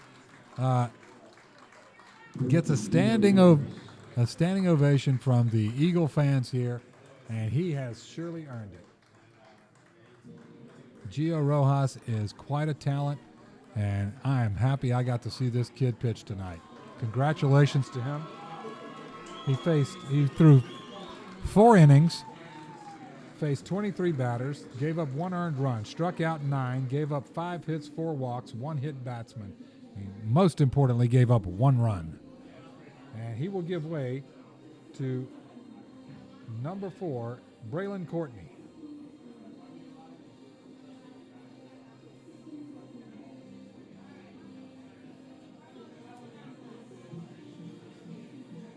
Braylon Courtney, left-hander, comes in, and I have to tell you, he's coming into a pretty manageable situation. He's got a 6-run lead. Granted, it's on the road, but he throws the ball with a lot of zip. Just watching him warm up here. Looks like he works from the stretch. But he's got a runner on board anyway. Never mind. A lot of the Jesuit pitchers, even the relievers, even when they're starting off an inning, they'll just throw from the stretch. Interesting approach. But he will face Robbie Santana, Colin Kenny, and Bryce Bassesi. Nobody out. 1 man on first, and that's Caden Wechter, who had a single up the middle.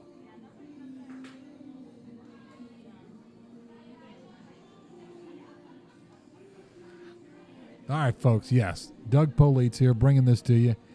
Yes, this is my volunteer job. I do it for fun because I love high school baseball. And very grateful for the time my son had here. He was in that COVID year graduation, the state championship team from 2019, and then that COVID shortened year. And ever since I've been doing this. My day job is a parathyroid surgeon here at Tampa General.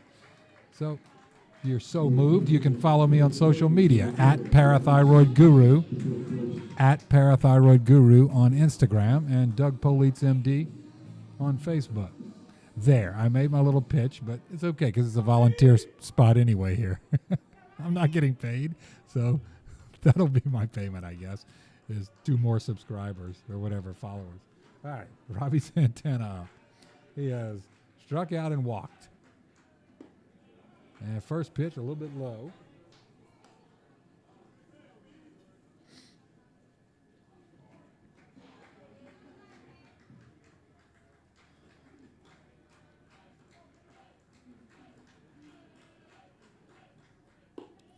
Fastball, and that one is low. Not by much, but low.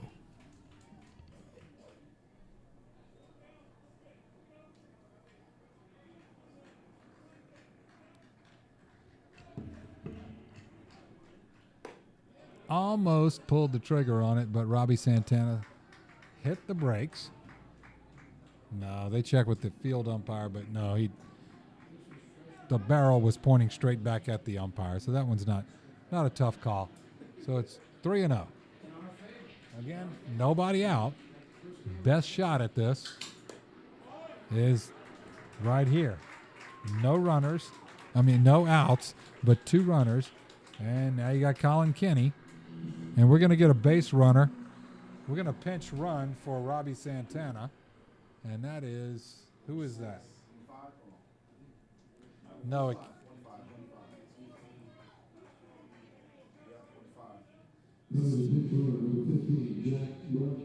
all right, Jack Morton is going to run for Robbie Santana, who walked. Colin Kenny up. He has singled and struck out. Let's see how many of you guys are out there, folks.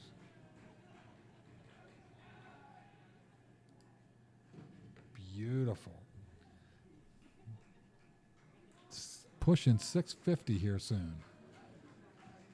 So, way to go, folks.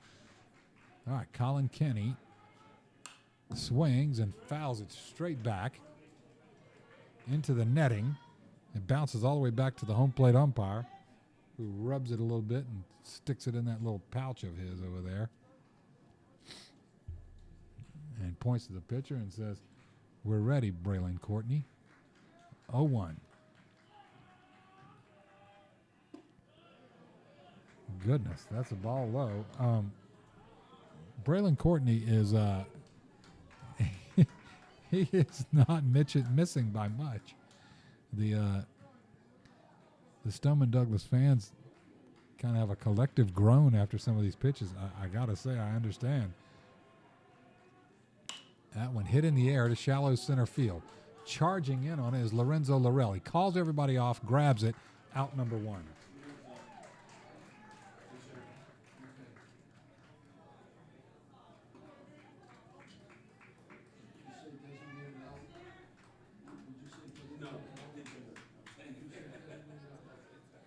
Yeah, it's and now we're gonna have. Okay, a pinch hitter now, Samir Muhammad.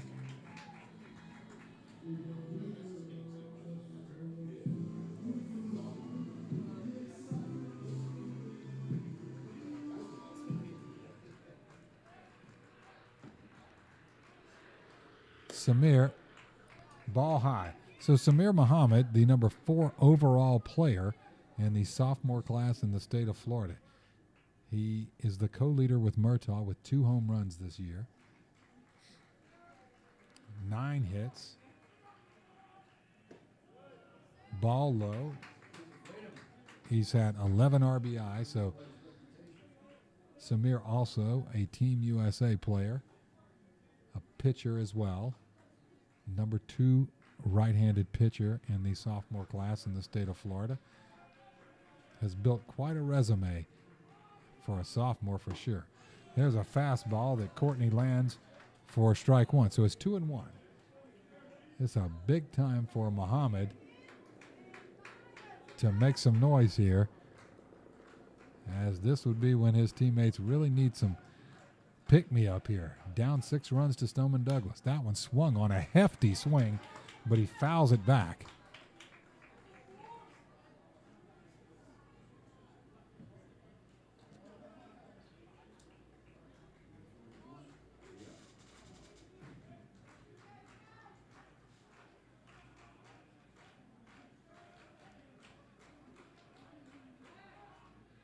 That reverse pivot move out to second base chases Caden Wechter back.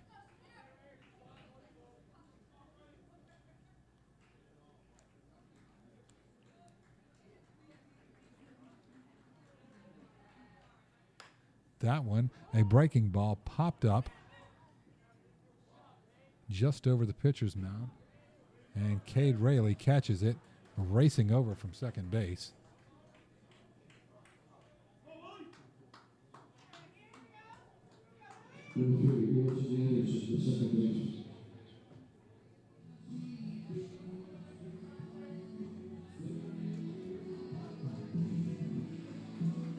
All right, that's out number 2 and brings up Wilson Anderson.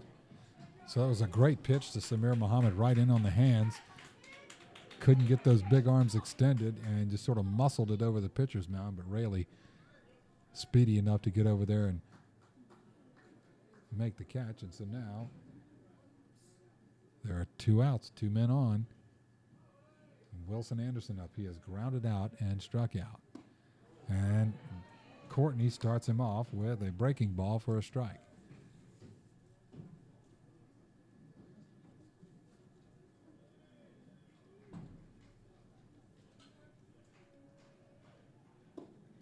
That one down low. And they're going to ask, did he go around? And home plate umpire says, I don't need any help. A ball and a strike.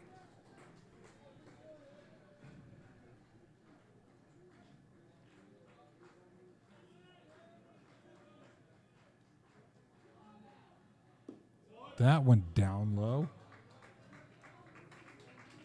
2-1.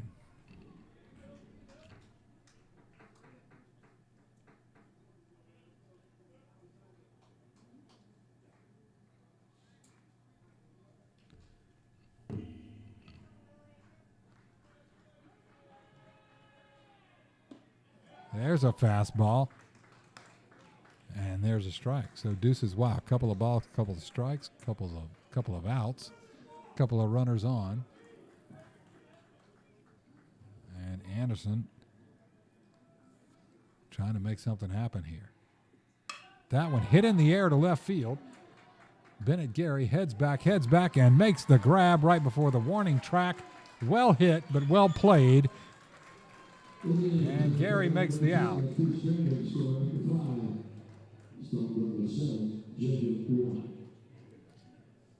And so they're in the bottom of the fifth. No runs, one hit, no errors, 2 men left on base. We are through 5 complete. It's Stoneman Douglas 7 and Jesuit 1.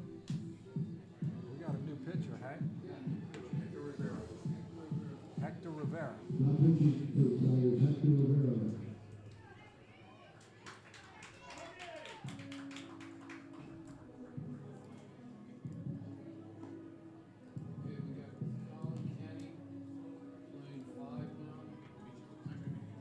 Okay.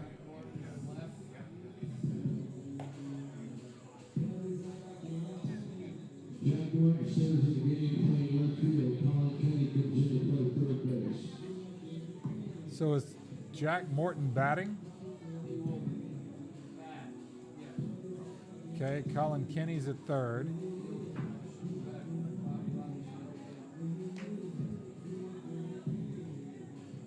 And Samir Muhammad's at first.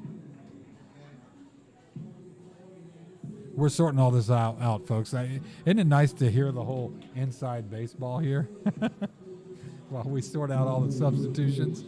Samir Muhammad in at first, Jack Morton out in left, Colin Kenny at third, and on the mound is Hector Rivera. So they'll bat where they batted. Okay. Samir will be in the 8th spot. All right, Hector Rivera, 11-time perfect game all-tournament selection. 1-time tournament MVP, a junior right-hander. 6'1", 187, going to pitch to Jake Rizzo, who has singled and been called out on strikes twice. Fastball a little high. That's Hector Rivera, who throws as hard as 89 miles an hour, oftentimes from this sort of sidearm submarine delivery. Slings it out wide, ball 2.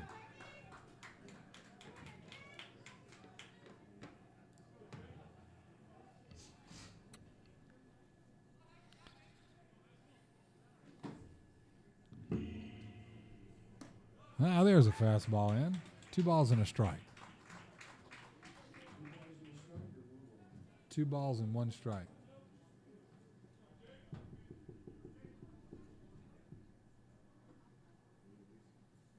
That one swung on and lifted foul out of play on the first base side.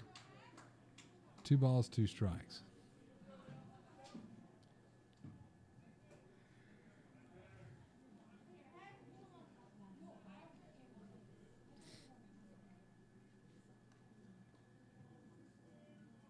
And the pitch swung and foul tip back into Vincent DiCarlo's glove and ricochets back to the backstop. And the count remains 2-2. Hector Rivera, I mean, this is a loaded pitching staff, so only 3 1/3 innings so far of relief work. 3 strikeouts, 2 walks. There's another foul ball back into the netting, and Jake Rizzo making sure that there's nothing easy for Rivera here.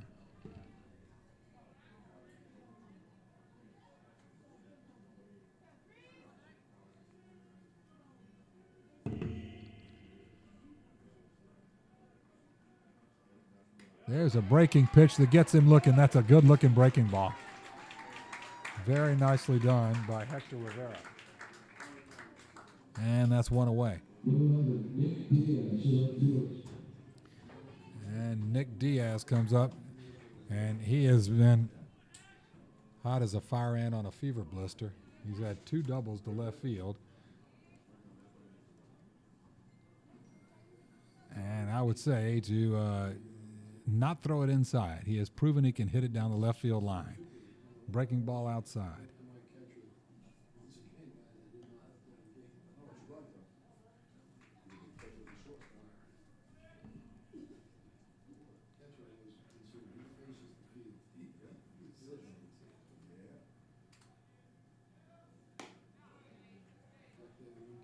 Misses outside.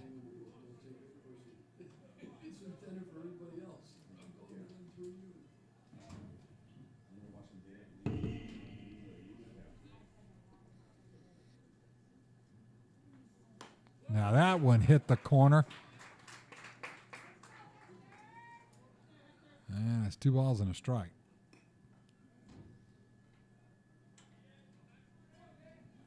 On deck is Drew Freeman. That one just outside, and Diaz sort of pool cued it right off the end cap of the bat and fouls it toward his own dugout over there down the first base line. It's 2-2.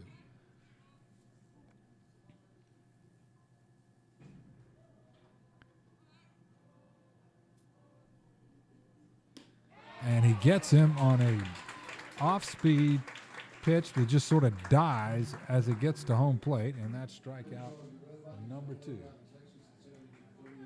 All right, that's 2 outs, 2 strikeouts for Hector Rivera. All right, Drew Freeman up. He has struck out, flown out to center field, and grounded out to shortstop. And there is that off-speed pitch over the outside corner, and Hector Rivera looks very sharp. 0-1 to Drew Freeman.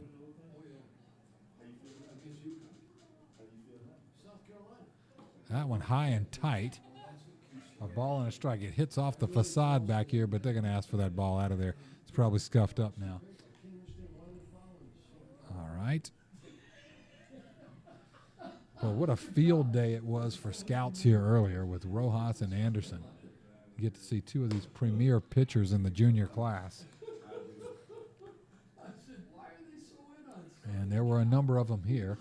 It's always an interesting time because they're all around here for spring training anyway. And they'll come slip by when you have a big pitching matchup like that. Strike over the outside corner. 2 balls, 2 strikes for Hector Rivera on Drew Freeman. And the Eagle catcher, again, hitless so far, but putting it in play, just hasn't gotten aboard yet.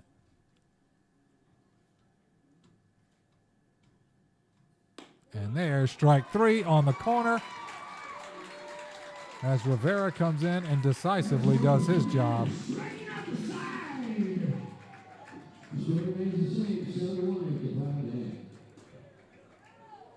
Okay, 3 up, 3 down. No runs, no hits, no errors, nobody left on base. We go to the bottom of the 6th, 7-1 Stoneman Douglas.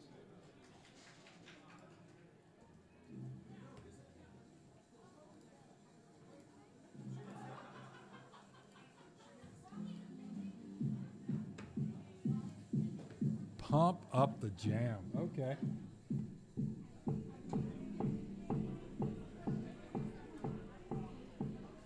Due up, top of the order, Brody Smith, Cannon Murtaugh, and Vincent DiCarlo.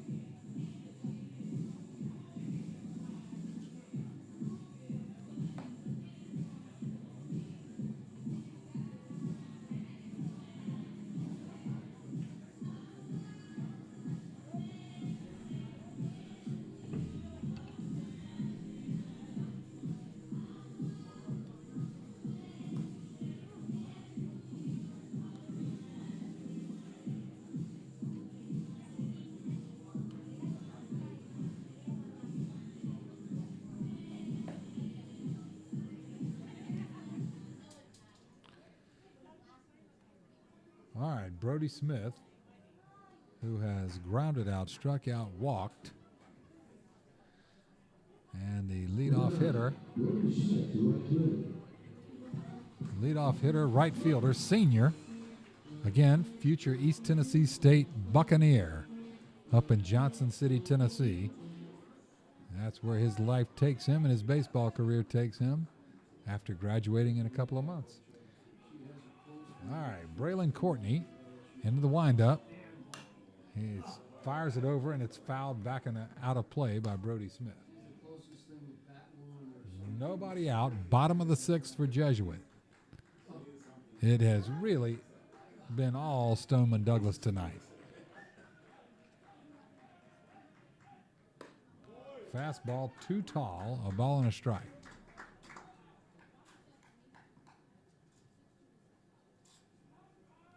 The Eagles came in, scored 2 in the top of the first, 3 in the top of the second, 1 in the top of the third, 1 in the top of the fourth. Just been steady Eddie, and their pitching has been stellar. Starter Gio Rojas, no mystery why this guy's going to play Division I major college baseball at University of Miami.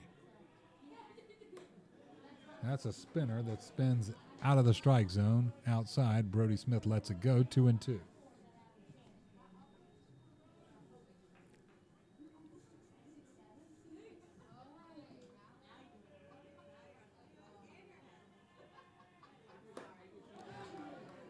And yes, he did go around. It looked like a check swing, but home plate umpire says he went around, and that's out number 1. Yeah, exactly. That's who could tell. Cannon Murtaugh, he is 2 for 3. He has reached on an error and singled twice.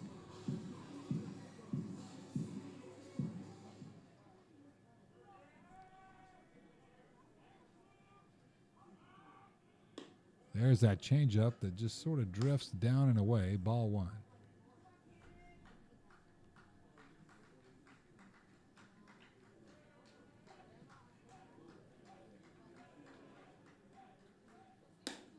Fastball right in there for a strike.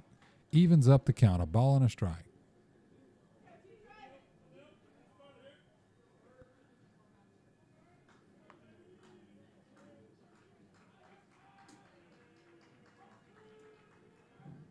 That one hit on the ground hard to second base, and then it hits that lip and bounces over the second baseman's head, and hustling around is Cannon Murtaugh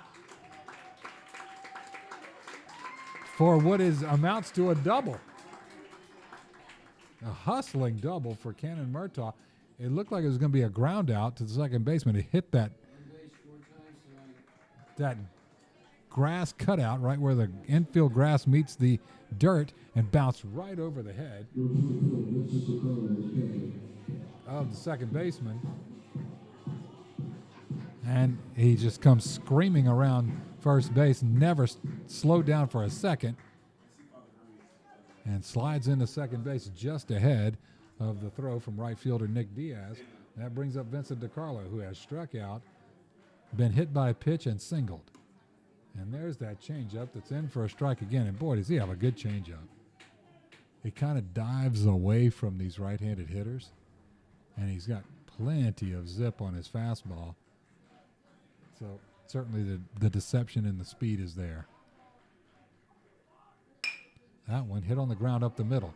And that one, bad hop up into the chest of Cade Rayleigh. And DiCarlo, who runs well, is going to leg that out. And the direction Rayleigh was moving, not so sure he was going to get DiCarlo. They give him an infield hit.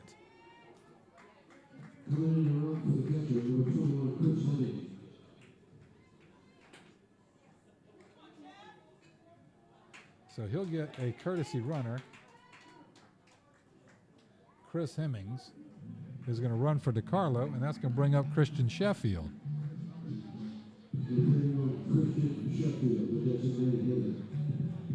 All right, 1 out, runners at the corners. He has struck out, swinging and looking, and walked. So Christian, in search of that first hit against the Eagles tonight, There's that break, that change up that's just off the outside corner. Christian Sheffield, 11-time perfect game all tournament. Again, coming into the game, leading the team in average and on-base percentage.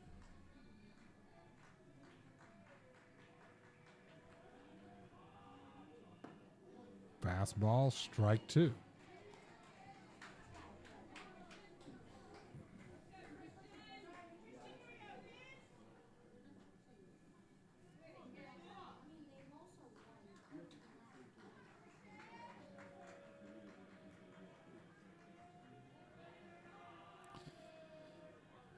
Will he be running? 6 hours ago, she's gone to Oklahoma. Okay, Christian Sheffield calls timeout. Let's see. Runners at the corners here.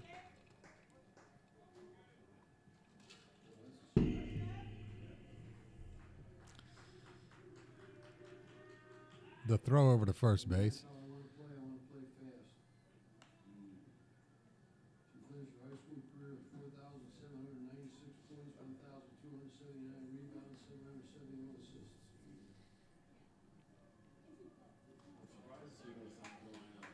Well, I was surprised that she really stayed home and go to the University of Texas because he's got to be in the program. That one hit in the air to right field, and it lands fair. That's going to be a single at least. He turns the corner, turns on the Jets, tries to make it a double, and does. The errant throw gets to left field, and in come 2 runs. So what are you giving him there? Okay. So an RBI single, and then gets to second on the throw.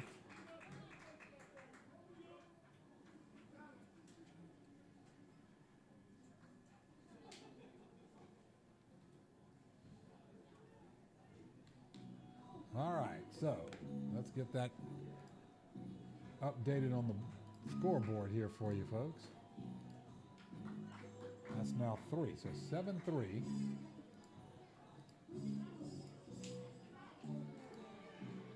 As Christian Sheffield's 1-out single, and then the following throwing error moves everybody up a base, and so 2 runs come across. 7-3. And now Caden Wechter comes up. Caden has walked, reached on a fielder's choice, and singled. So Caden Wechter, number 10 overall junior in Florida. Of course, a year and a half from now, he'll be playing in Tallahassee. And he takes the breaking ball up high. So it is 7-3. Sheffield after the single to right field. He's at second base. Advanced on an error. That one down and away, and it's 2-0.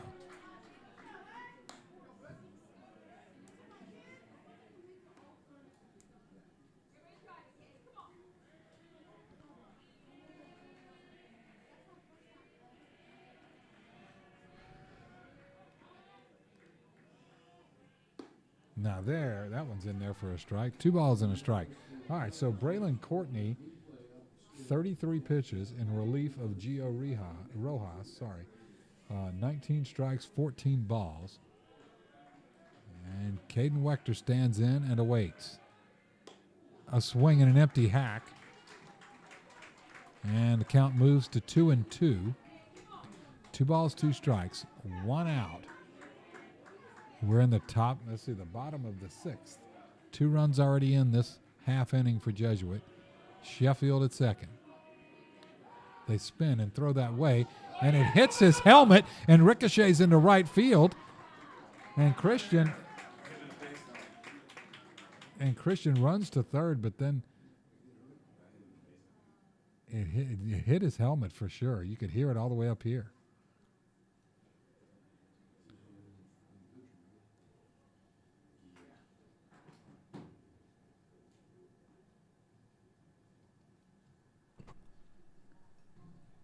And very quiet. He is kneeling. He's conversing with the trainer out there.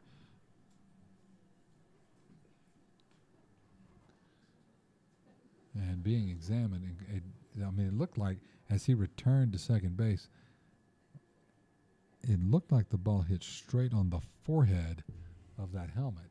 That is where he's being examined.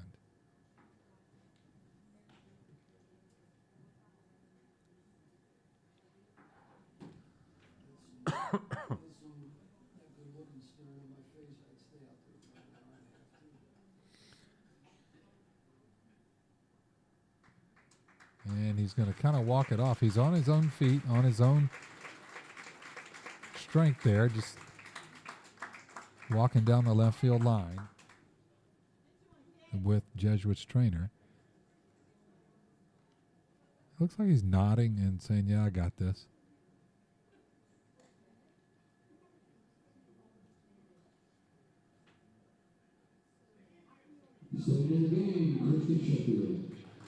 Okay, very good.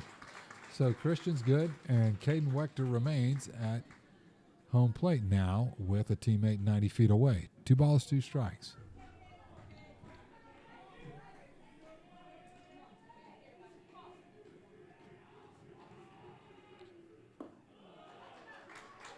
Ball low, and he fills up the count.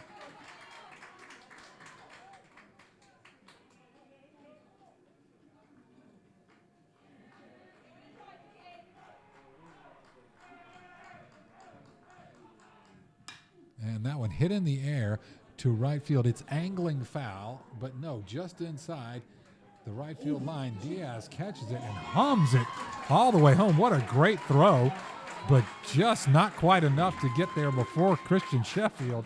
But Nick Diaz threw a rope from right field.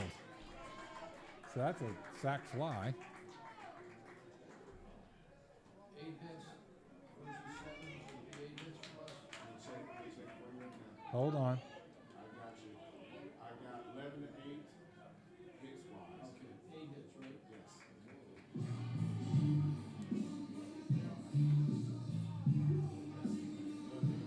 Yep, 8 hits. Number 4, Robbie Santana.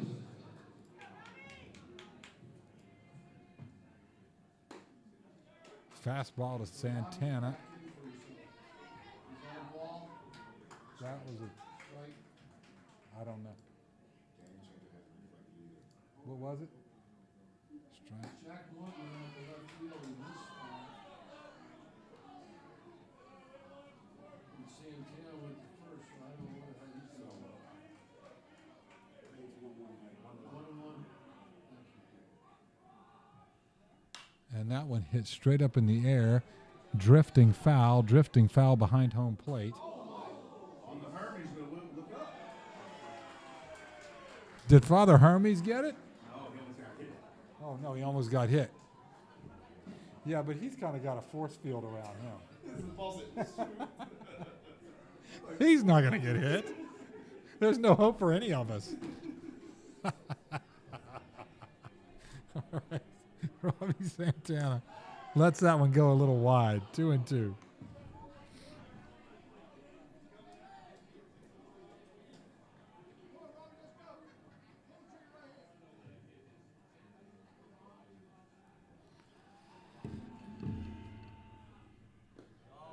That one drifts a little bit outside into the dirt, smothered by Freeman, and a full count.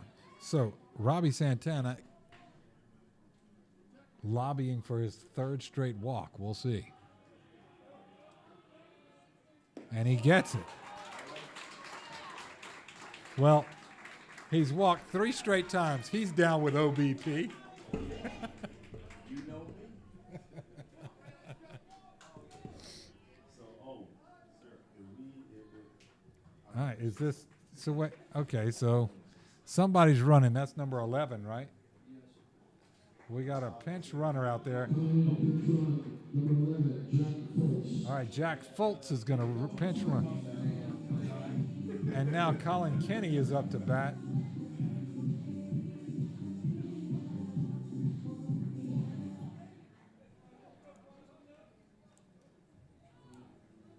All right, So he has singled, struck out, and flown out.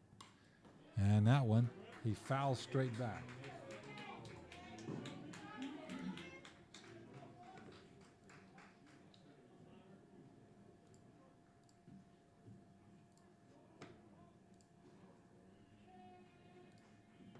Two outs, 7-4.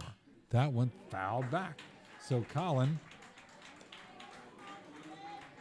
proving himself to be a tough out tonight.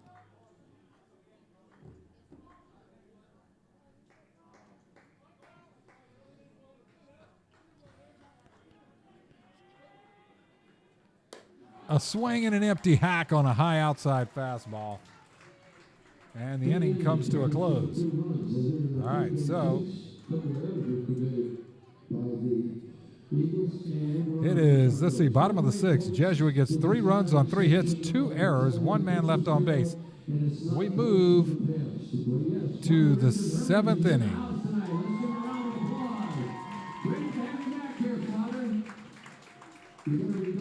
And we move to the bottom of the, or to the top of the 7th inning. It is 7-4. Stoneman Douglas.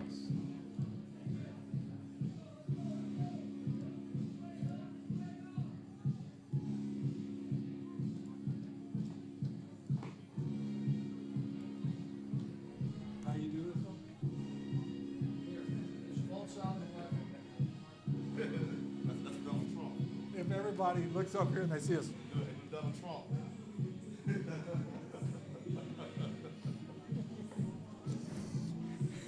By the way, years ago, folks, when Coach John Coney was here, the YMCA song was a rallying song. It turned out to defeat Bishop Kenny many years ago in the state championship. When yours truly was a PA announcer that couldn't show a bias, so all of a sudden behind me, these ladies started playing a YMCA song, and we came back and won the state championship. So let's see if it'll work again tonight. We got number 11 in left field.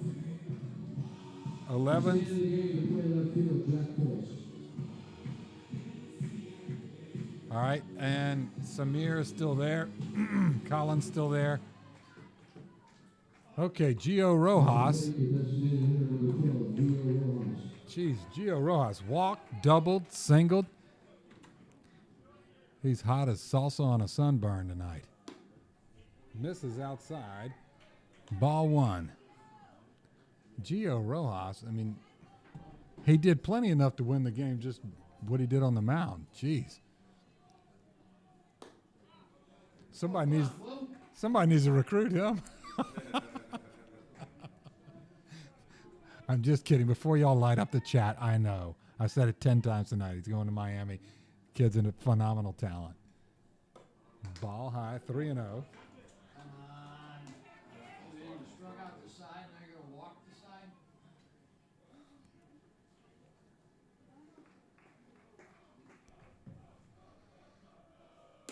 There's a strike right over the outside corner.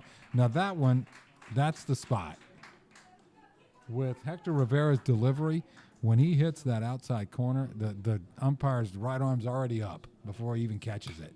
Same spot. That one gets a foul ball from Rojas, and it's a full count. Are they going to get Rojas out for the first time tonight? Let's see. We might have broken the record. We're almost at 750 tonight. That might be the most we've ever had. Stoneman Douglas in the house. That one, a bouncing ball to third base. Caught over there by Kenny. Slings it across in time. For the first time tonight, they get Gio Rojas out.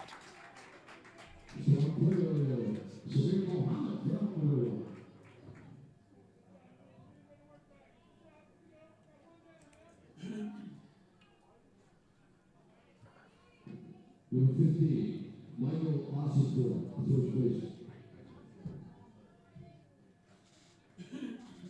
All right, Michael Ossenfort has struck out, grounded out, and singled. He goes for a drag bunt that fouls backward.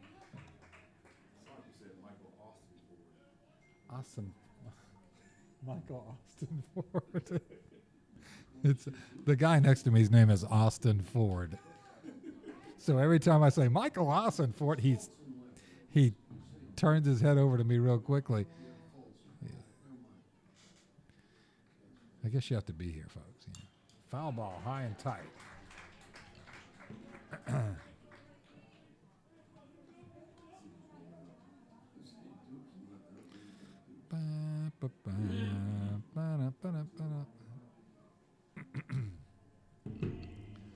Oh, 2, Hector Rivera. He's got one away here in the top of the 7th. Just past 9:30 here. And the fastball outside. A ball and 2 strikes.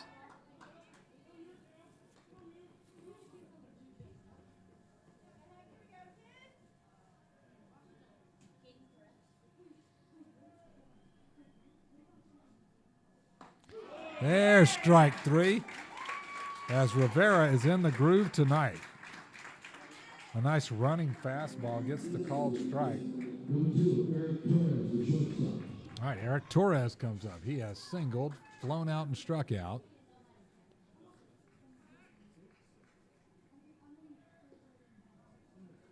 And the shortstop, he sort of half swings, and the ball more hit the bat than the bat hit the ball. He really wasn't trying to swing there.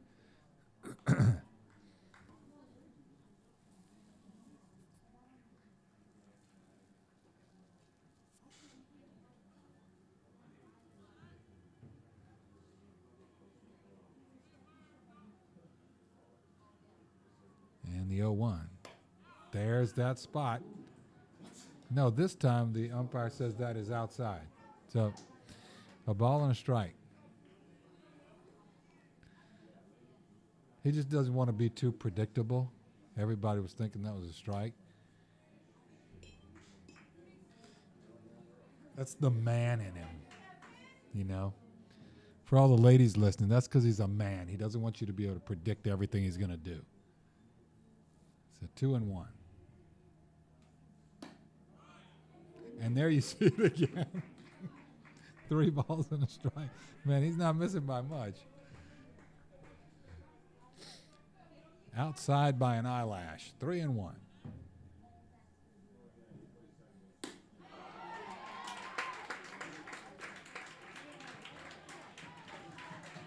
Was it? It looked like exactly the same. Yeah. Okay. Look, his head is sitting right over Vincent DiCarlo's mask, so he can see it better than me. Ground ball straight up the middle. Caden Wechter gives chase, but not able to reach it. Single up the middle on a full count. Great piece of hitting by Eric Torres. Gets his 2nd hit of the night.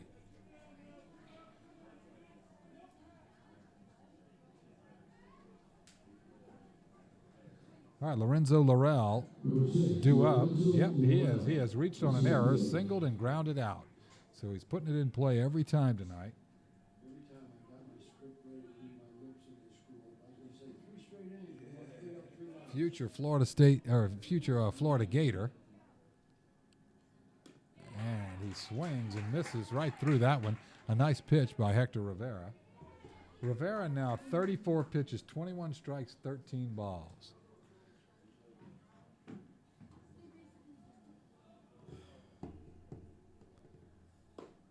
Yeah, a little extra gas on that one, and it's now 0-2. So a fine job in relief tonight from Hector Rivera. Fine job.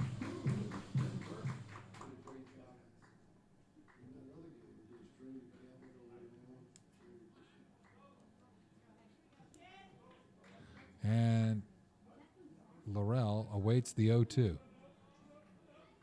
And there goes the runner. Ball outside, the throw on time but not on target as it hits his shin or hits his ankle. That was a ball. The stolen base.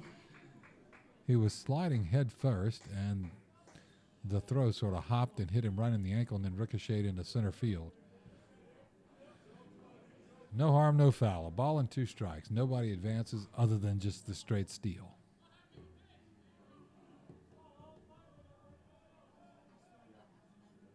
And the changeup gets him. That is a great pitch. I mean, it gets him way out in front of it. So Hector Rivera has done a dynamite job dynamite job in relief tonight. Hector Rivera gives up no runs, 1 hit, no errors, and leaves 1 eagle on base. And we move to the bottom of the 7th. It's 7-4, Stoneman Douglas.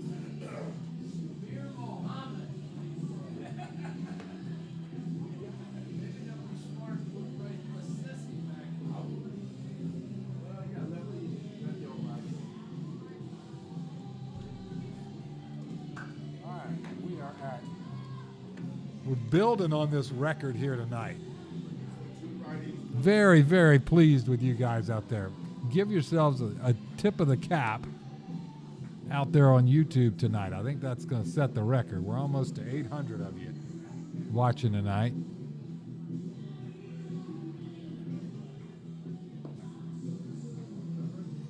I'm Doug Politz, and let's see, we're quarter to 10 o'clock, so we are pushing my bedtime here, but I will keep the energy up, I promise.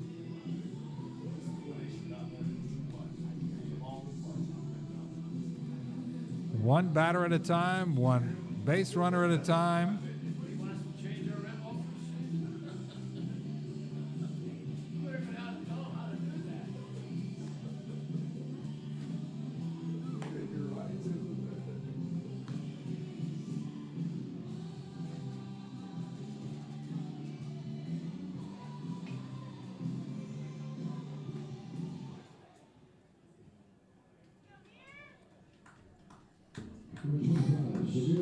All right, Samir Muhammad is set to start things off here in the bottom half of the 7th inning.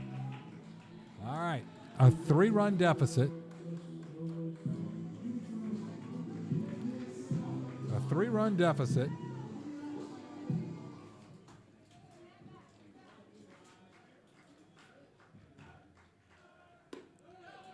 And there's that changeup, misses just outside. Yep.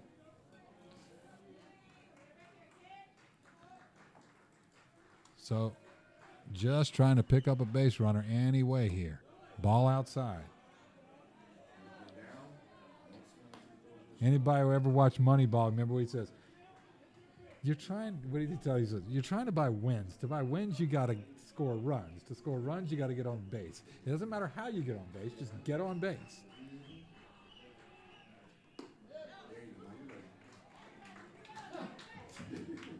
That's the wrong kind of rain. So we are, yeah, I didn't get too much into the sabermetric swing and an empty hack from Samir Muhammad. A big, full, but breezy hack there. Miguel's going to hop out there and go give some encouragement to the big sophomore. Probably telling him we got 2 strikes here. We got 3 runs. We can't tie it up with 1 swing here. Let's just find a way to get on base here and get the next guy up. That's the name of the game here.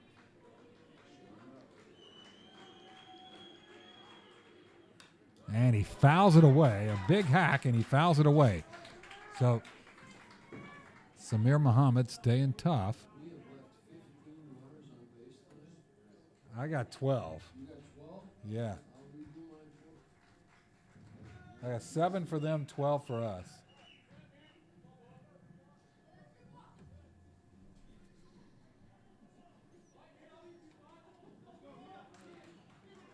All right. Braylon Courtney, this is pitch number 51 for him. And that one hit in the air but foul, sliced down the right field line, and he stays alive. Pitch number 7 of this at bat. Samir has gone ball, ball, strike, strike, foul ball, foul ball.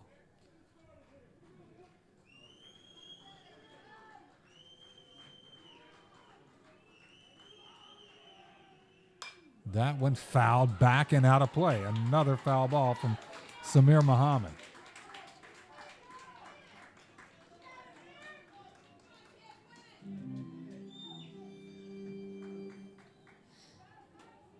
Nobody out. Bottom of the 7th. Jesuit down to 3 outs here. A swing and a miss on a off-speed pitch, a nicely thrown pitch from Courtney. Gets Samir Muhammad swinging. And it's now down to 2 outs for Jesuit. That's going to bring up Wilson Anderson. Wilson has grounded out, been called out on strikes, and flown out to deep left field. All right, let's see. Uh-oh. Oh, my goodness. We lost our signal here. I'm not sure why. Everybody just bear with this. I don't know what happened to the signal here.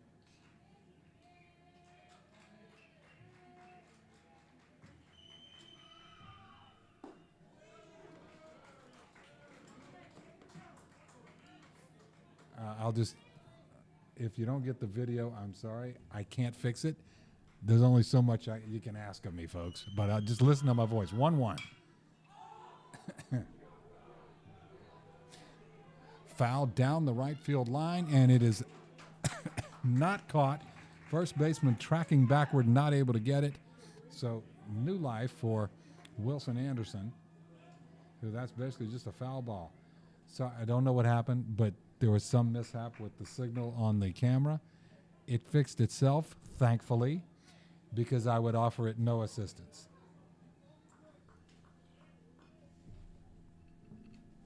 I would need Colin Rivera to help me. 12-7, yeah. That's what I got. You got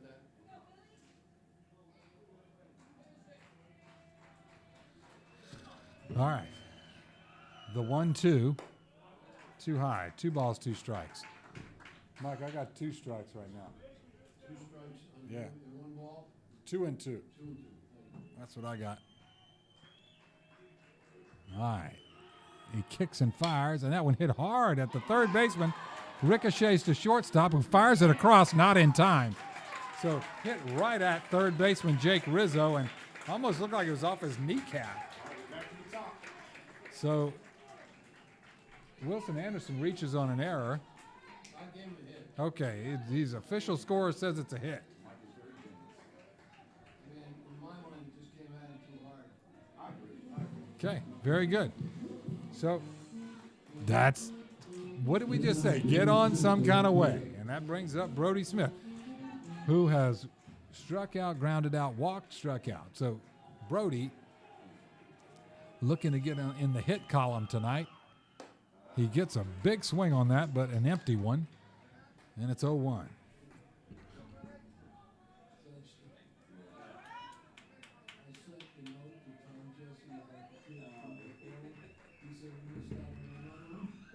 A swing and a foul ball straight back into the home plate umpire's mask. So everybody's going to give him a chance to kind of walk it off there. It was a foul ball. You could hear it back here, straight back into his mask, and he's thumbs upping everybody, saying, I got it. I'm good. I'm good. Yeah, it came straight back into his face mask.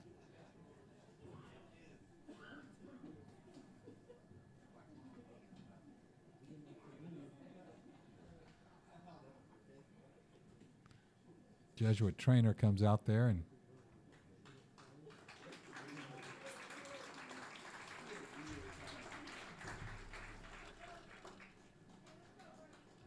confirms he's okay.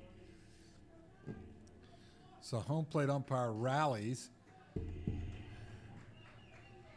and Brody Smith hangs tough. 0-2 to Braylon Courtney, who has come on in relief of Gio Rojas and is now 60 pitches into the relief effort. A swing and an empty hack gets Brody Smith.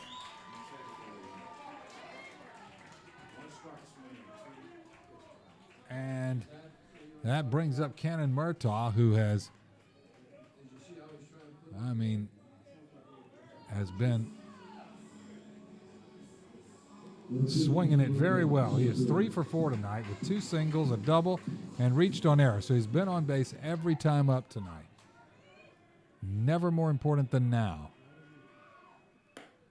Fastball just off the mark, misfires outside. A ball and no strikes.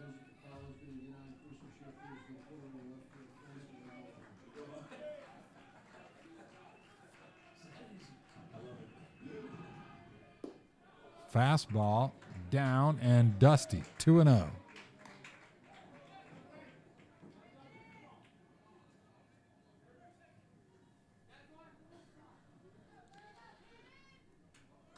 All right, Jesuit down to their last out. But Cannon Murtaugh up, and he is swinging a hot bat. A swing and an empty hack, and he goes to 2-1 now.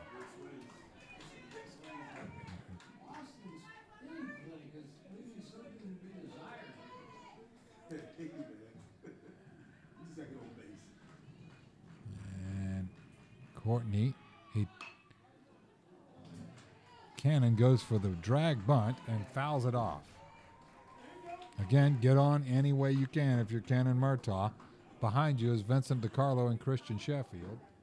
So 2 balls, 2 strikes. He saw Jake Rizzo playing way back, and that remains fair, and he's on base. But it's now 2 balls, 2 strikes, 2 outs. And that one down and inside almost hit Cannon. It fills up the count.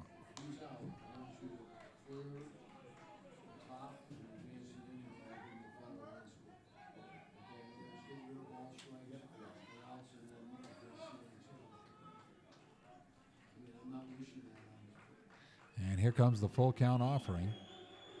The throw to first base. Wilson Anderson back safely, easily.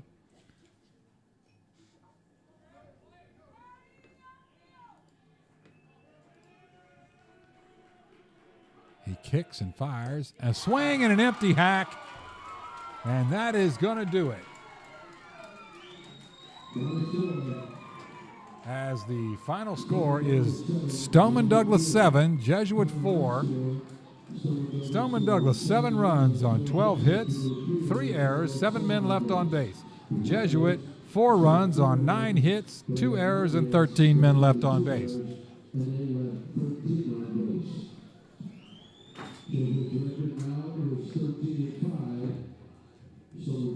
Folks, thank you so much for joining in tonight. Just a couple of rosters that are loaded with talent and a very competitive game tonight. Hats off to Stoneman Douglas, who came in here and from the beginning sort of set the pace and set the tone for the game. And you got to give it to their 2 pitchers, Braylon Courtney, who came in in relief of Gio Rojas, who was just splendid. So thank you all so much for listening and for watching. I'm Doug Politz, and till next time, good night.